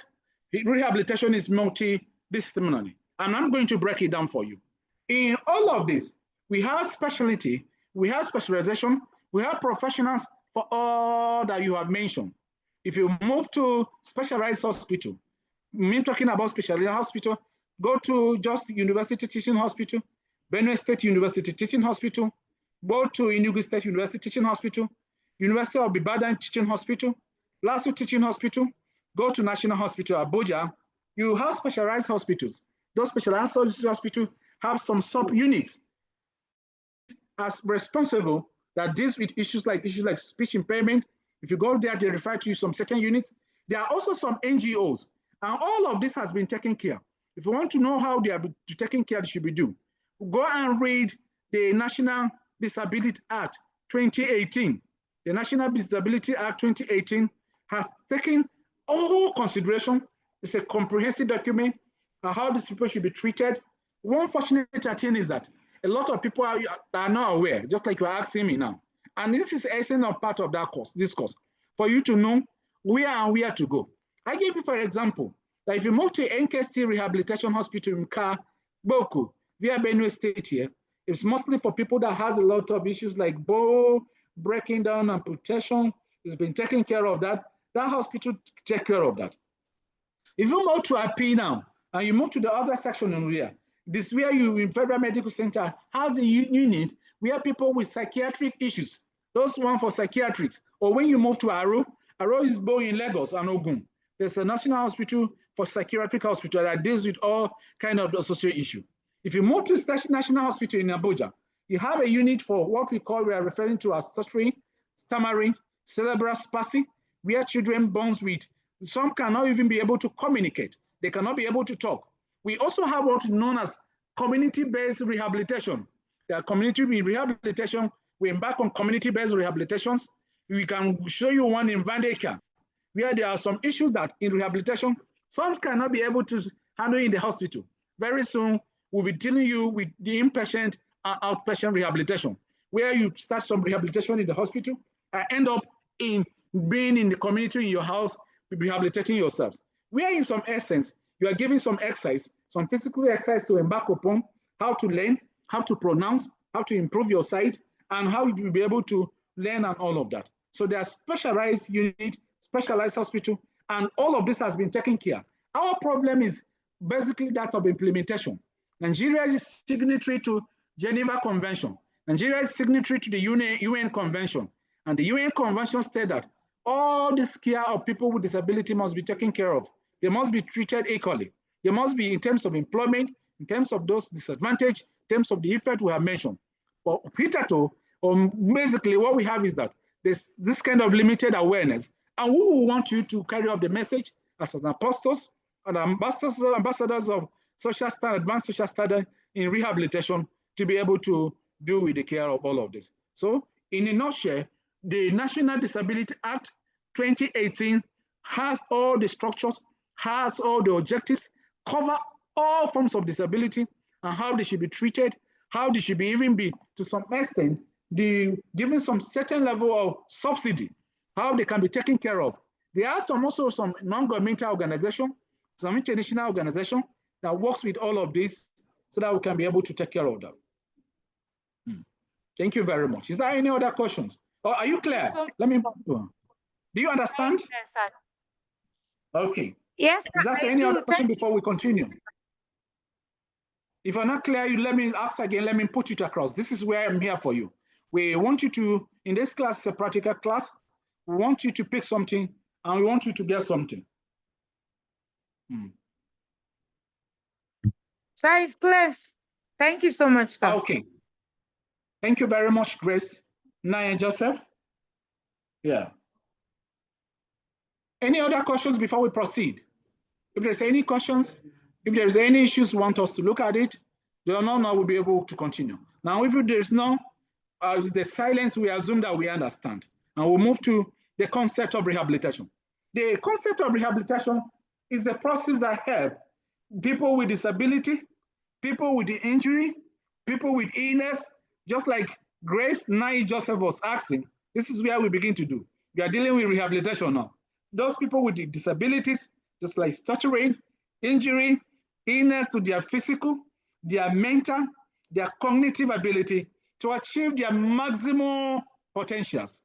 The aim of rehabilitation aims is to improve the quality of life. It's not just the quality of life, to improve independence so that they don't stop depending on others and participation in the society. The rehabilitation is also a process whereby mental and physical ability lost in the diseases in order to function in a normal society or in a normal way. We can be able to inculcate all of that so that we can be able to function properly. Rehabilitation is one of the core mandates, one of the core health issues under the World Health Organization, and not just the World Health Organization, the UNESCO, and not just the UNESCO. Rehabilitation is also one of the core issues of core mandate that we handle under what we call basically not just the World Banks. And along with prevention, what we need to do is that to promote rehabilitation, prevention, and then the treatment. The World Health Organization, which we refer to as WHO, define rehabilitation as a set of measures. What are the set of measures? Those measures that can assist individuals. In these individuals that experience, look at the definition now. They say any individual that has experience or is likely to experience disability to achieve a maximum, to maintain an optimal functioning or interaction with the environment. So according to the World Bank definition of rehabilitation, I may ask you to define rehabilitation according to the World Bank. You should be able to tell me that's a measure now an individual that's experienced, or luckily, if you are lucky to also to experience disability, to achieve, be it social disability, be it economic disability, be it physical disability, be it intellectual disability, be it emotional disability, we will be able to maintain a functional interaction and all of that. Anyone with health conditions is way further to say, anyone or anybody, or it may be Dr. Charan, that experience some form of limited functioning. If you experience any form of limited functioning, even in these lectures now, you need such as mobility, such as cognition, such as understanding, you may need rehabilitation. You may need rehabilitation. We'll be coming to answer all of that. We'll deal with you. We'll tell you how you may be able to need all of that. It may be that, oh, your form of rehabilitation is that you may not have a computer, you're using your phone, or you may just using your phone for this lecture. You may be limited to be able to follow some of these other things. Because by the time they say you should chat, send some other, and if the Android phone is not functional or compatible with this, you'll not be able to see clearly or to understand audible. It could be in form of also other form of rehabilitation, in cognition, recognition, and understanding. Rehabilitation is best described as the biosocial model and an intervention that addresses the impairment, limitations, and participation restriction, a kind of contextual factors, both personal and then it's including assistive technology that can help you to function very well. So you are any of this require that, oh, you may be requiring one form of rehabilitation to be able to function, to be able to deliver, to be able to restore to normalcy, to as a student of sustainable social development, acquiring postgraduate diploma in sustainable social development. At the facility or program level, we discovered that function of users can be aggregated, or aggregations monitor clinical kind of clinical outcomes and improve planning and quality assurance. At the policy level, you discover that aggregated clinical measure the job that you function gives policymakers evidence of for planning health and to ensure that services are monitoring and all of that. And that takes us to various forms of rehabilitations. Various forms of rehabilitation. These are various forms of rehabilitation. And the one from the, what we have from the various forms of rehabilitation here is that, let's start with what we refer to as prevention or preventive rehabilitation or preventative rehabilitation. That's preventive. That should be corrected. Preventive rehabilitation. And what is preventive rehabilitation? And that will refer to Joseph. No, not Joseph Nai, Doga Jaffet. Nai has already spoken. Joseph, what is preventive rehabilitation? Read from this scribe, from the one you have here, and explain to us what you understand by preventive rehabilitation.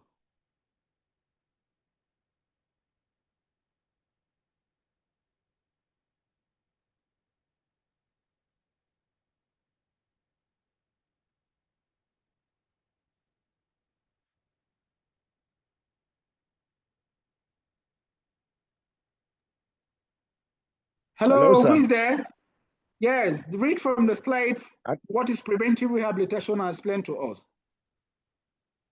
Okay, from the slide, what I can see is preventive rehabilitation occurs shortly after a new diagnosis or onset of new impairments. This aim is to provide education yes, device and intervention to prevent or slow onset of future impairments and maintain a person's level of ability. This is a common form of rehabilitation in long-term conditions such as cancer, chronic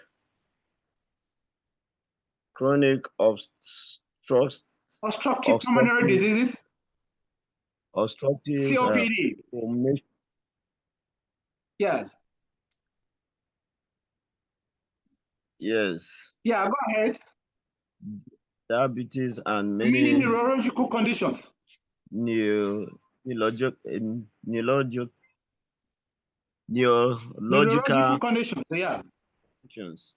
It's also into my eyesight. It also You're having depends. some disability, some impairment. Yes. Yes.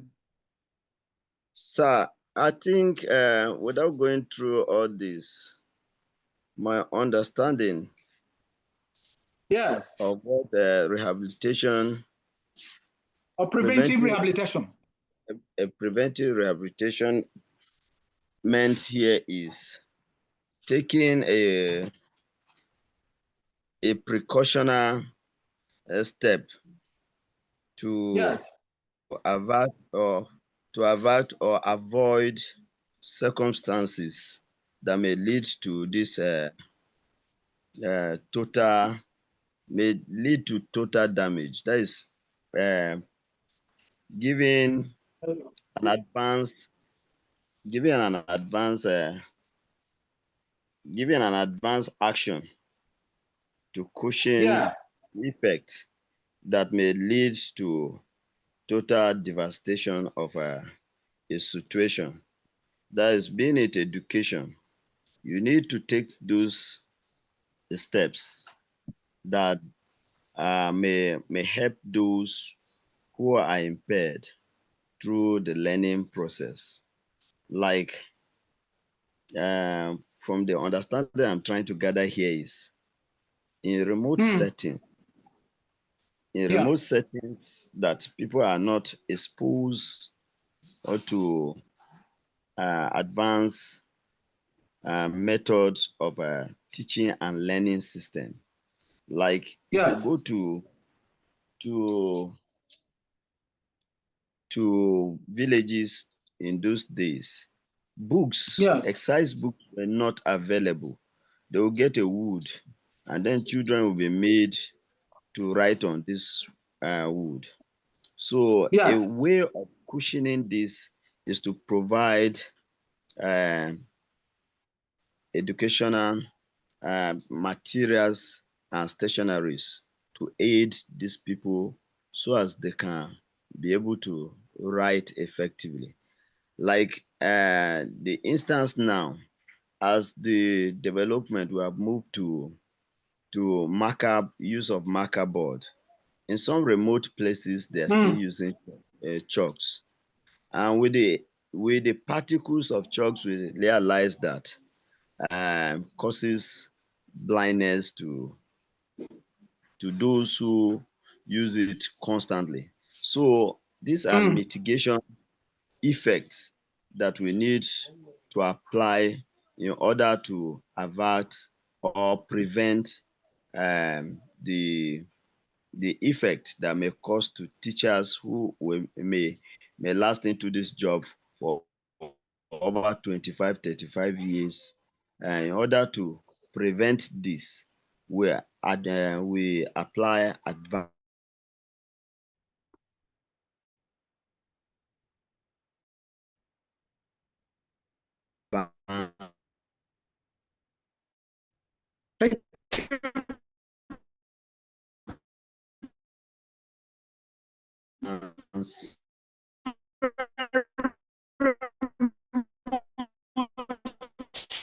For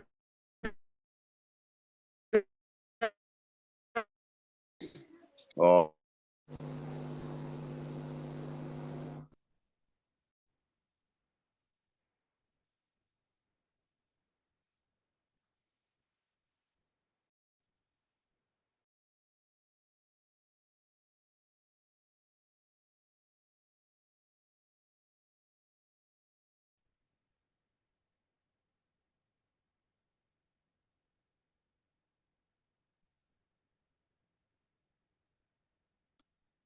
yeah, I was trying out. We are back.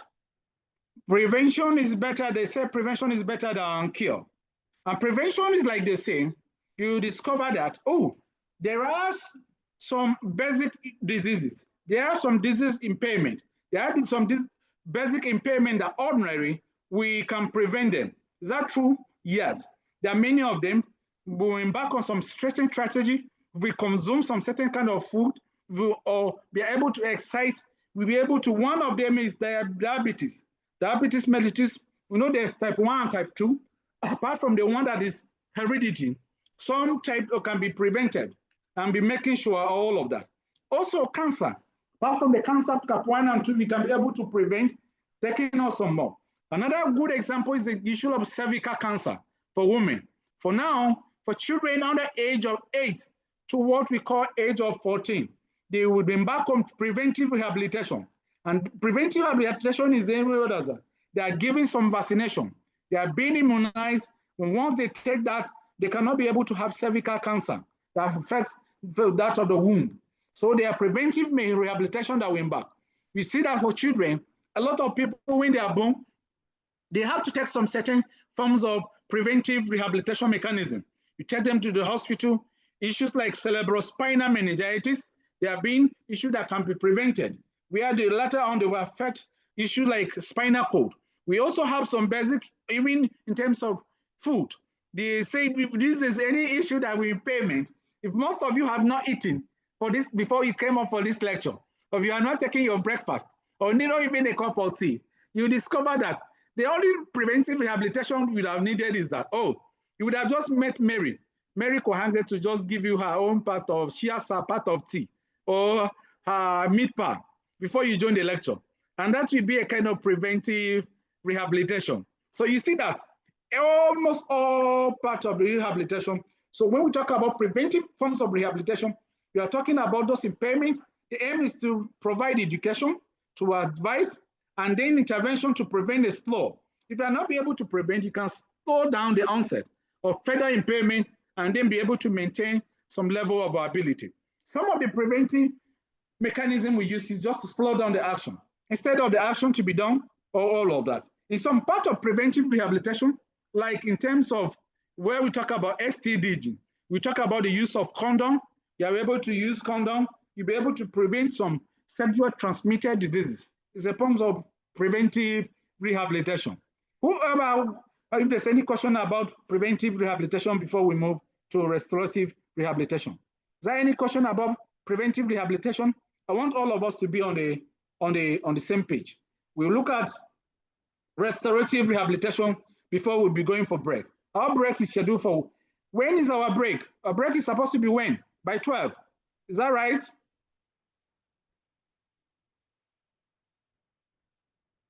Hello? Yes, sir. Yes, Our sir. break is supposed to be by 12. Okay. Yes, so, sir. is there any question about preventive rehabilitation before we move to what we know as restorative rehabilitation? Restorative rehabilitation. The restorative rehabilitation focuses on intervention that improves the impairment such as muscle strength or respiratory functions, cognitive impairment, to get maximum recovery from functions. This is common forms of rehabilitation after surgery or illness or acute event, such as major trauma or stroke, in order to maximize function.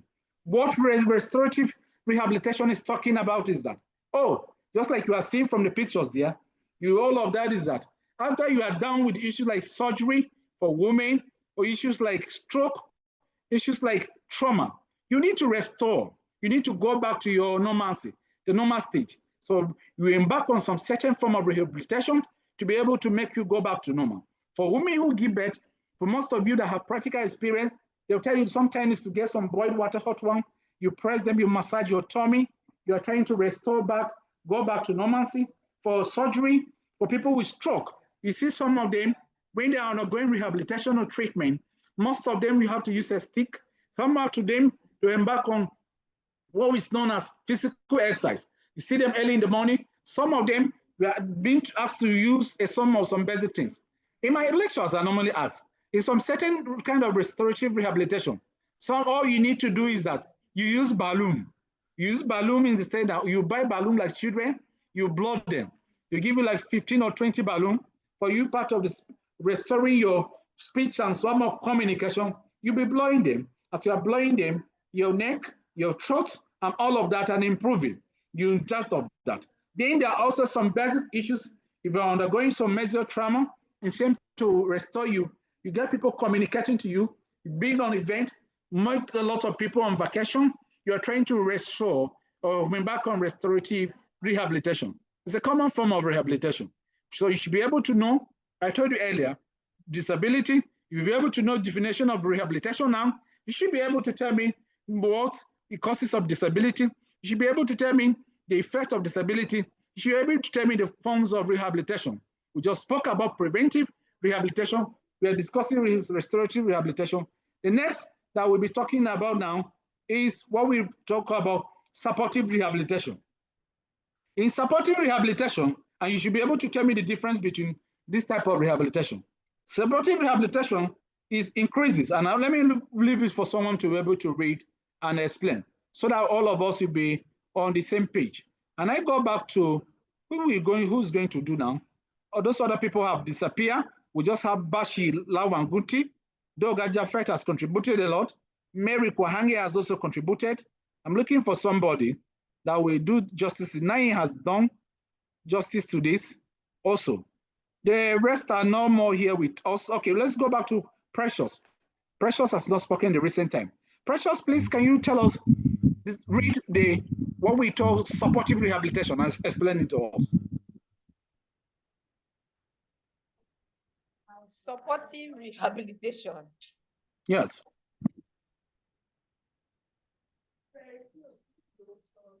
Read what we have on the slide and explain to us. Okay, sir. Supportive rehabilitation increases a person's self-care ability and mobility using methods providing self-help devices and teaching people compensatory strategies or alternative ways of doing things. This may include the provision of assistive equipment or environmental modifications. This is sometimes referred to as adaptive rehabilitation. Example is a wheelchair and crutches. So I'll give another example to explain this, to drive this point home. Another way to supportive rehabilitation is, for instance, those that have issues with their eyes, they need glasses to see clearly or to see things appropriately. Also very good example. To assisting them to also function properly in society. Anything that just gives somebody a chance to function better as a normal human being in context is a supportive rehabilitation measure. Thank you, sir. Thank you very much. Thank you very much for that robust Precious. Supportive rehabilitation, just like you see from the pictures there.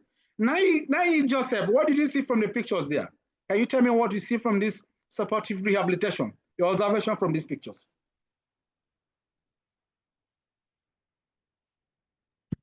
Okay, sir. I can see a physiotherapist trying to assist a patient with an equipment that will enable him to go through the healing process. So from what I'm seeing, he is being taught on how to use it when he leaves the hospital, and he's going to continue using it for a period of time as he comes for checkup. So as he's recovering, they might recommend maybe a walking stick or another kind of aid that he might require when he has gotten to a certain level of recovery. So he's going to go through the process. So in different process, they will give him an aid that will enable him to recover completely. I can also see another one on a wheelchair. She's been given assistance. I think this is a nurse or maybe a physiotherapist. It could be a nurse or therapist. So she is being assisted with her hands, because I'm sure the situation has caused her system, it has caused maybe lack of functionality of her hands. So this she's going through some level of exercise, and so when she leaves, when she goes back to her house, I'm sure she will continue. They would have taught her, okay, this is how you should continue when you get back. So they are assisting her, like, so that she can start responding, you know, to touch. She can start responding to touch and all that, and then the healing would come back and become complete. So this is what I saw in the picture. Thank you so much, sir. Thank you very much, Nai Grace, for that robust contribution. And that's very exactly just like you said that has been there. Please let me make this announcement before we move to palliative rehabilitations so that we can be able to do, before I will go back to Bashi Lawan Wunti to talk about the palliative rehabilitation before we go for break. Let me make it clear to us that for most of people that have not been attending classes, pass this information to them. This class that we're here, we make everything possible and clear. Attendance is part of your assessment, and attendance is part of your assessment. If you see why most of you, results starts coming in and all of that, one issues of the other, bringing in, some did well, some are not doing well. Not peradventures for my class, but for anyone you are in, now you're not attending classes, you are not taking your assignment seriously, you are not participating. And when we call upon you, you are not contributing in the chat box, even if you cannot speak. Another way is just answer in the chat box. We see your answer. We are bearing witness. Let it not be that it will go to where we may be a kind of one disability of the other in this program that we may be needing rehabilitation. We want us to be on the same path. We don't want a kind of disability that will keep some certain persons back when others are moving forward and are being at the same pace. So we have to take it seriously. You have to charge our gadget, be in lectures on time, participate, and we will move before we move. Now let's move to, if you are not doing this, pass this information to across. Pass it to your mates. If you are not doing it, for others, I don't know. For my class, for my facilitation, I take cognizance of that. And right in the class here, what I do all of this is that I'm marking all of you. I'm giving marks, calling you as I'm calling your name. I'm also have my own system entering your marks. And that is why most of the time, when you talk about all of this, some of this physical issue, we try to also look at all of that. Now we move back to palliative rehabilitation. Palliative rehabilitations, palliative rehabilitation, we call on my good friend, Bashi Lawan Wunti. Bashi, you read this very slide from what we have as palliative rehabilitations, and you explain to us before we go on break. For those of you that are online, I have also sent the notes for that very lecture that we're in now. You look at them. Over to you, Bashi.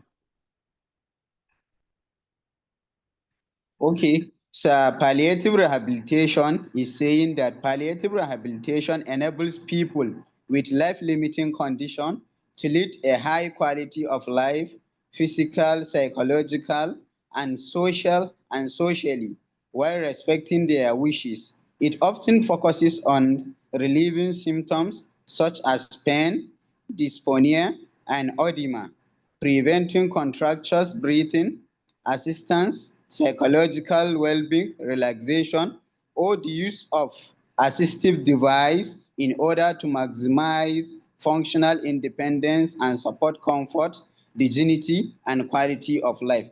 So what this palliative rehabilitation is talking about is like it restricting the rehabilitation to people that need much assistance. For example, let's say someone that had an accident, maybe he broken his leg, and maybe he have serious injury in him, and maybe he cannot be able to afford buying some tools that can help him to walk or something like that. You can give him, let's say, this thing, what do we call it, walking stick. You can rehabilitate him with a walking stick in order to support him to walk. And maybe what do we call it, there is a machine that you can give someone to rehabilitate him that he is in a worse condition, that maybe he cannot walk, or maybe he cannot move from one place to another, you can rehabilitate him with that tool in order to help him to walk or to move around the surrounding. That's what I can say about it, sir. Thank you very much, my very good friend Bashila Wanwunti. That is all about palliative rehabilitation. I have sent this note to our own WhatsApp group for the lectures. Is there now, all this slide. Before we go on break, I'll give a summary of what we did for today. If there's any question of any kind, I will answer before we go on break, before to resume. But let me also put it again.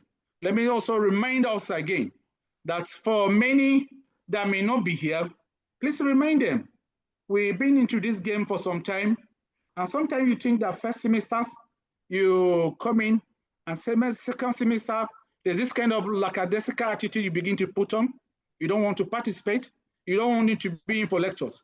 It will be bad, because by the time you get through your first semester, and when you come to second semesters, you're having issue, you will have to wait till another year to finish another second semester, and before you come to second semester. So it will be better for us to be serious. It's just 5 days for block for a certain course, and once we are done with our coursework, before we know, we'll be graduates. So we should be able to take it issue very seriously. But if we don't, we are looking for, or we are pretending, or we are soliciting, or begging for this one disability or the other, I don't know whether rehabilitation may be available or immediately, but let's just go on that. For today, before we go on a recap of what we have done, we introduced the course, Advanced Social Standard in Rehabilitations. We did basically, we look at the concept of how rehabilitation aims to ensure inclusivity, awareness, and to improve the better standard of living. We give a background of what we have done, that disability before becoming of 19th century, people with disability, be it intellectual disability, be it physical disability, be it a kind of impairment, be it the kind of emotional, be it the kind of physical, were perpetually kept in houses. They were so skeptical on all of that, they were not attending to. But now the World Bank, the World Health Organization, the UNESCO, United Nations Education for Scientific Cultural Organization have made it, and it has become, rehabilitation has come to stay, that in the all we need at the state, at the local government, to be able to handle issues of disability. And we define disability in many forms and how we can be able to. We talk about the different kind of disability, the causes of disability, we look at the effect of disability, and we just spoke about concepts of rehabilitation and the forms of rehabilitation. For now, this is where we are stopping for a break and to resume after an hour. I will now give room for class. If there's any questions of any nature that you don't understand, even the last that is related to this, that you want to meet, you are free to ask. If there's any contributions, if there's any comments, if there's any issue that, is disturbing you and is concerning this program, we're here for you. And I will be glad to do justice to that. And I go back to begin to call all of that. And for now, we have Abito Stella, who has not spoken for the lecture or answer any questions. She has not even contributed in any of, including the chats. Bashila Wangunti, I'm not sure whether Stella Abito is in the class with us here. She just logged in and she left. Not quite sure. She has not been attending. Good contribution from my friend Bashila Wangunti.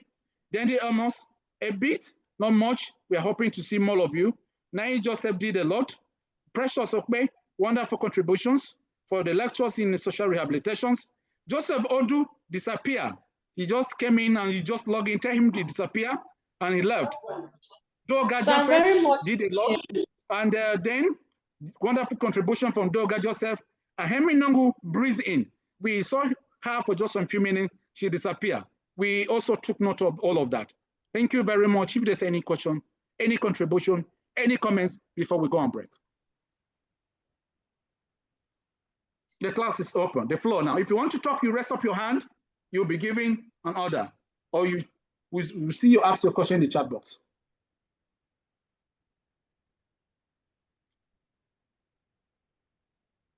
Yeah, Doga Joseph Jaffet, you have the floor. Okay, good afternoon. Okay, good afternoon, sir. And good afternoon, classmates. Jaffet Doga. I I find this class interesting and more practical. My contribution to this is we have, I want to contribute. It's not a Yeah, go ahead. question. Contribute. My contribution, which will appear like a question, Yes. is on the organization saddled with responsibility of rehabilitation. I think we made mention, like in the state, you say there's a state rehabilitation commission Yes. or whatever Yeah, there's Benue State agency. Rehabilitation Board And at a P. okay, Yes. so I'm aware of a system failure in our country, but I Yes. think it will not be to the best interest of the government, or the government may not be doing us any good if they are just making pronouncements. There should be continual awareness and advocacy, making people in the rural communities aware of these agencies or establishments, so as they will not be lying dormant. They will be functional, carrying out their activities. Sincerely, it's not as if my impediment may not be the shouty or physical one that calls for me to be seeking for some of looking for where this establishment is located. But I think if they are functional, people will be aware. People will know that this establishment exists. My great concern is with the people who has laboriously contributed to the growth of this country, who are now senior citizens, who are now impaired in various ways. Financially, they may lack the capacity to take care of this terminal ailment they have gone into in the course of working. I think if these establishments are functional, if our political class or politicians are looking outside the box, there would have been a scheme of national health insurance covering these people because of the tax they have, because of the work, the labor they have labored for the country. And now that they are alive, the country is no longer taking care of them because their contributory pension cannot cater for their well-being, their health, their feeding, their housing, or that is accommodation, and even in their health. So on the side of health, the government would have subsidized this in order to make it affordable for them. So as through the National Health Insurance Scheme, the age and the children will be able to subscribe and then freely be given. Government will subscribe. I'm not saying they will subscribe for themselves. Maybe they may not have the resources to subscribe because their situation become delicate, that the demand of their health is routine check in and out of hospital to see where they can be I can say this one is preventive rehabilitation can be taking care of their health. This is my contribution, and where I have find this lecture very interesting, and I see that if advocacy, even being it on this class, as a class, we may approach Radio Benue or any of the media outfit to anchor on a program like this, to intimate or create awareness through using the government media to enlighten the government where they have done much and much is needed of them. Thank you, sir. Thank you very much, Jaffe Doga. That is a very wonderful contribution.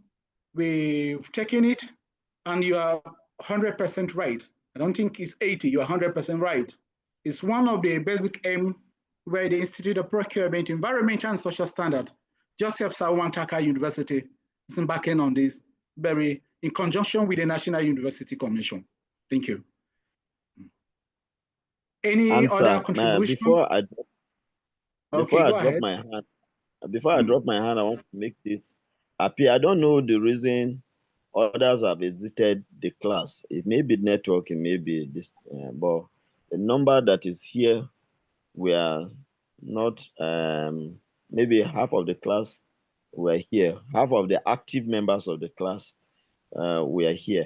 So I don't know if we can make contact to those who have left the class, who are locked out of the class, to know what is their challenge. We would have continued from now to that one, so as from two will be free to handle other things. It's an appeal to the class. If so go by it, we'll continue. But if there's any reason for us to embark on the break, we'll do that. Thank you, sir. Okay, that's based on your own opinion. Another link has been sent for the afternoon class. I don't have any issue with that. But we try to be democratic in nature. If we subject to your approval, if you students are okay with that, I don't have issue. We can navigate. But it must be where all of you should be comfortable. We aim is that we want all of you to be fine. But in as much as we want everything to be fine, we want us to be disciplined. We don't want us to be serious, because the other semester will look more of a welcome ceremony, and issues that we ordinarily tolerate last semesters will not. There will be no calculated attempt or any attempt to do it this semester. We try to make it very clear so that you can be able to know. So one boy said, well, we know the hide any issue. We talk as it is, operate well, very easy. You pass well, you pack your A's and B's and go. And it doesn't make any way. Yeah. Any contribution, any cost? Once you are prepared, the informations are clear. We don't need to begin to call you to find out why you left and all of that. This is a full-time program. Yes. The information are there. It's been advertised and all of that. Any questions, please? Hello, sir. Yes, Abitos. Good afternoon, sir. Yeah, good afternoon. Abito, you didn't raise up your hand, but you just begin to talk. You needed to raise up your hand, but go ahead. Good afternoon, sir. Good afternoon. Yes, sir. My name is Stella. I was having Abito, go ahead. challenges. That's why I could not contribute. Yes, it was throwing me out, and then I will log in back. But that notwithstanding, my contribution to the class today it's like more or less like a question. Go ahead. Can I go on, sir? Go ahead, please. What I want to ask is that, hello? Hello, we can hear you very well. Rehabilitation centers that we have, most especially in this, can you? Yes, okay, we are hearing rehabilitation centers that, especially in this Benue. For example, somebody that has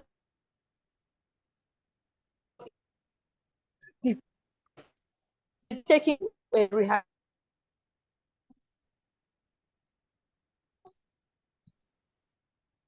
If your network is bad, you can write the questions in the chat box. Just ask the question and I will answer you. People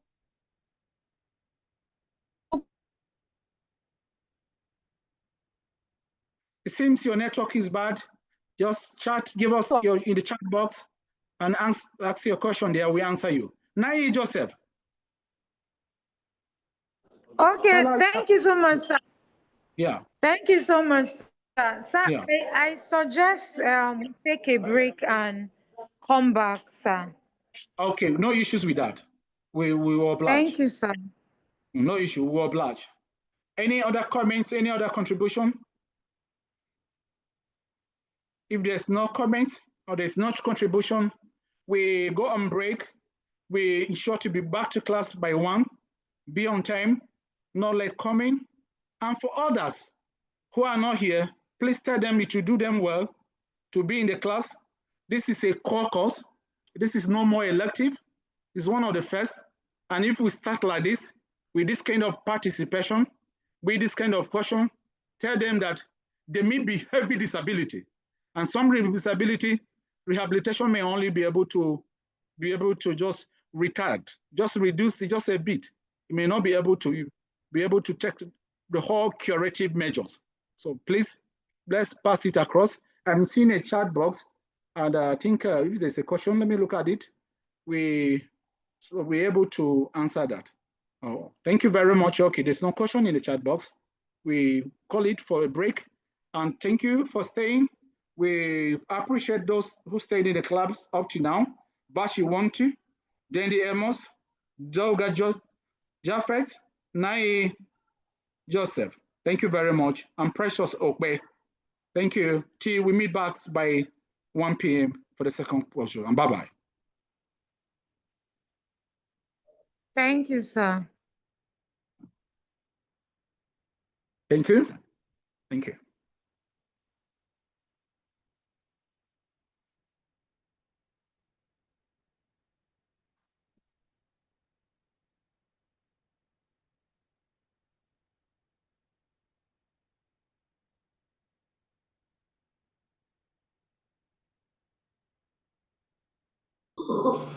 Una interest in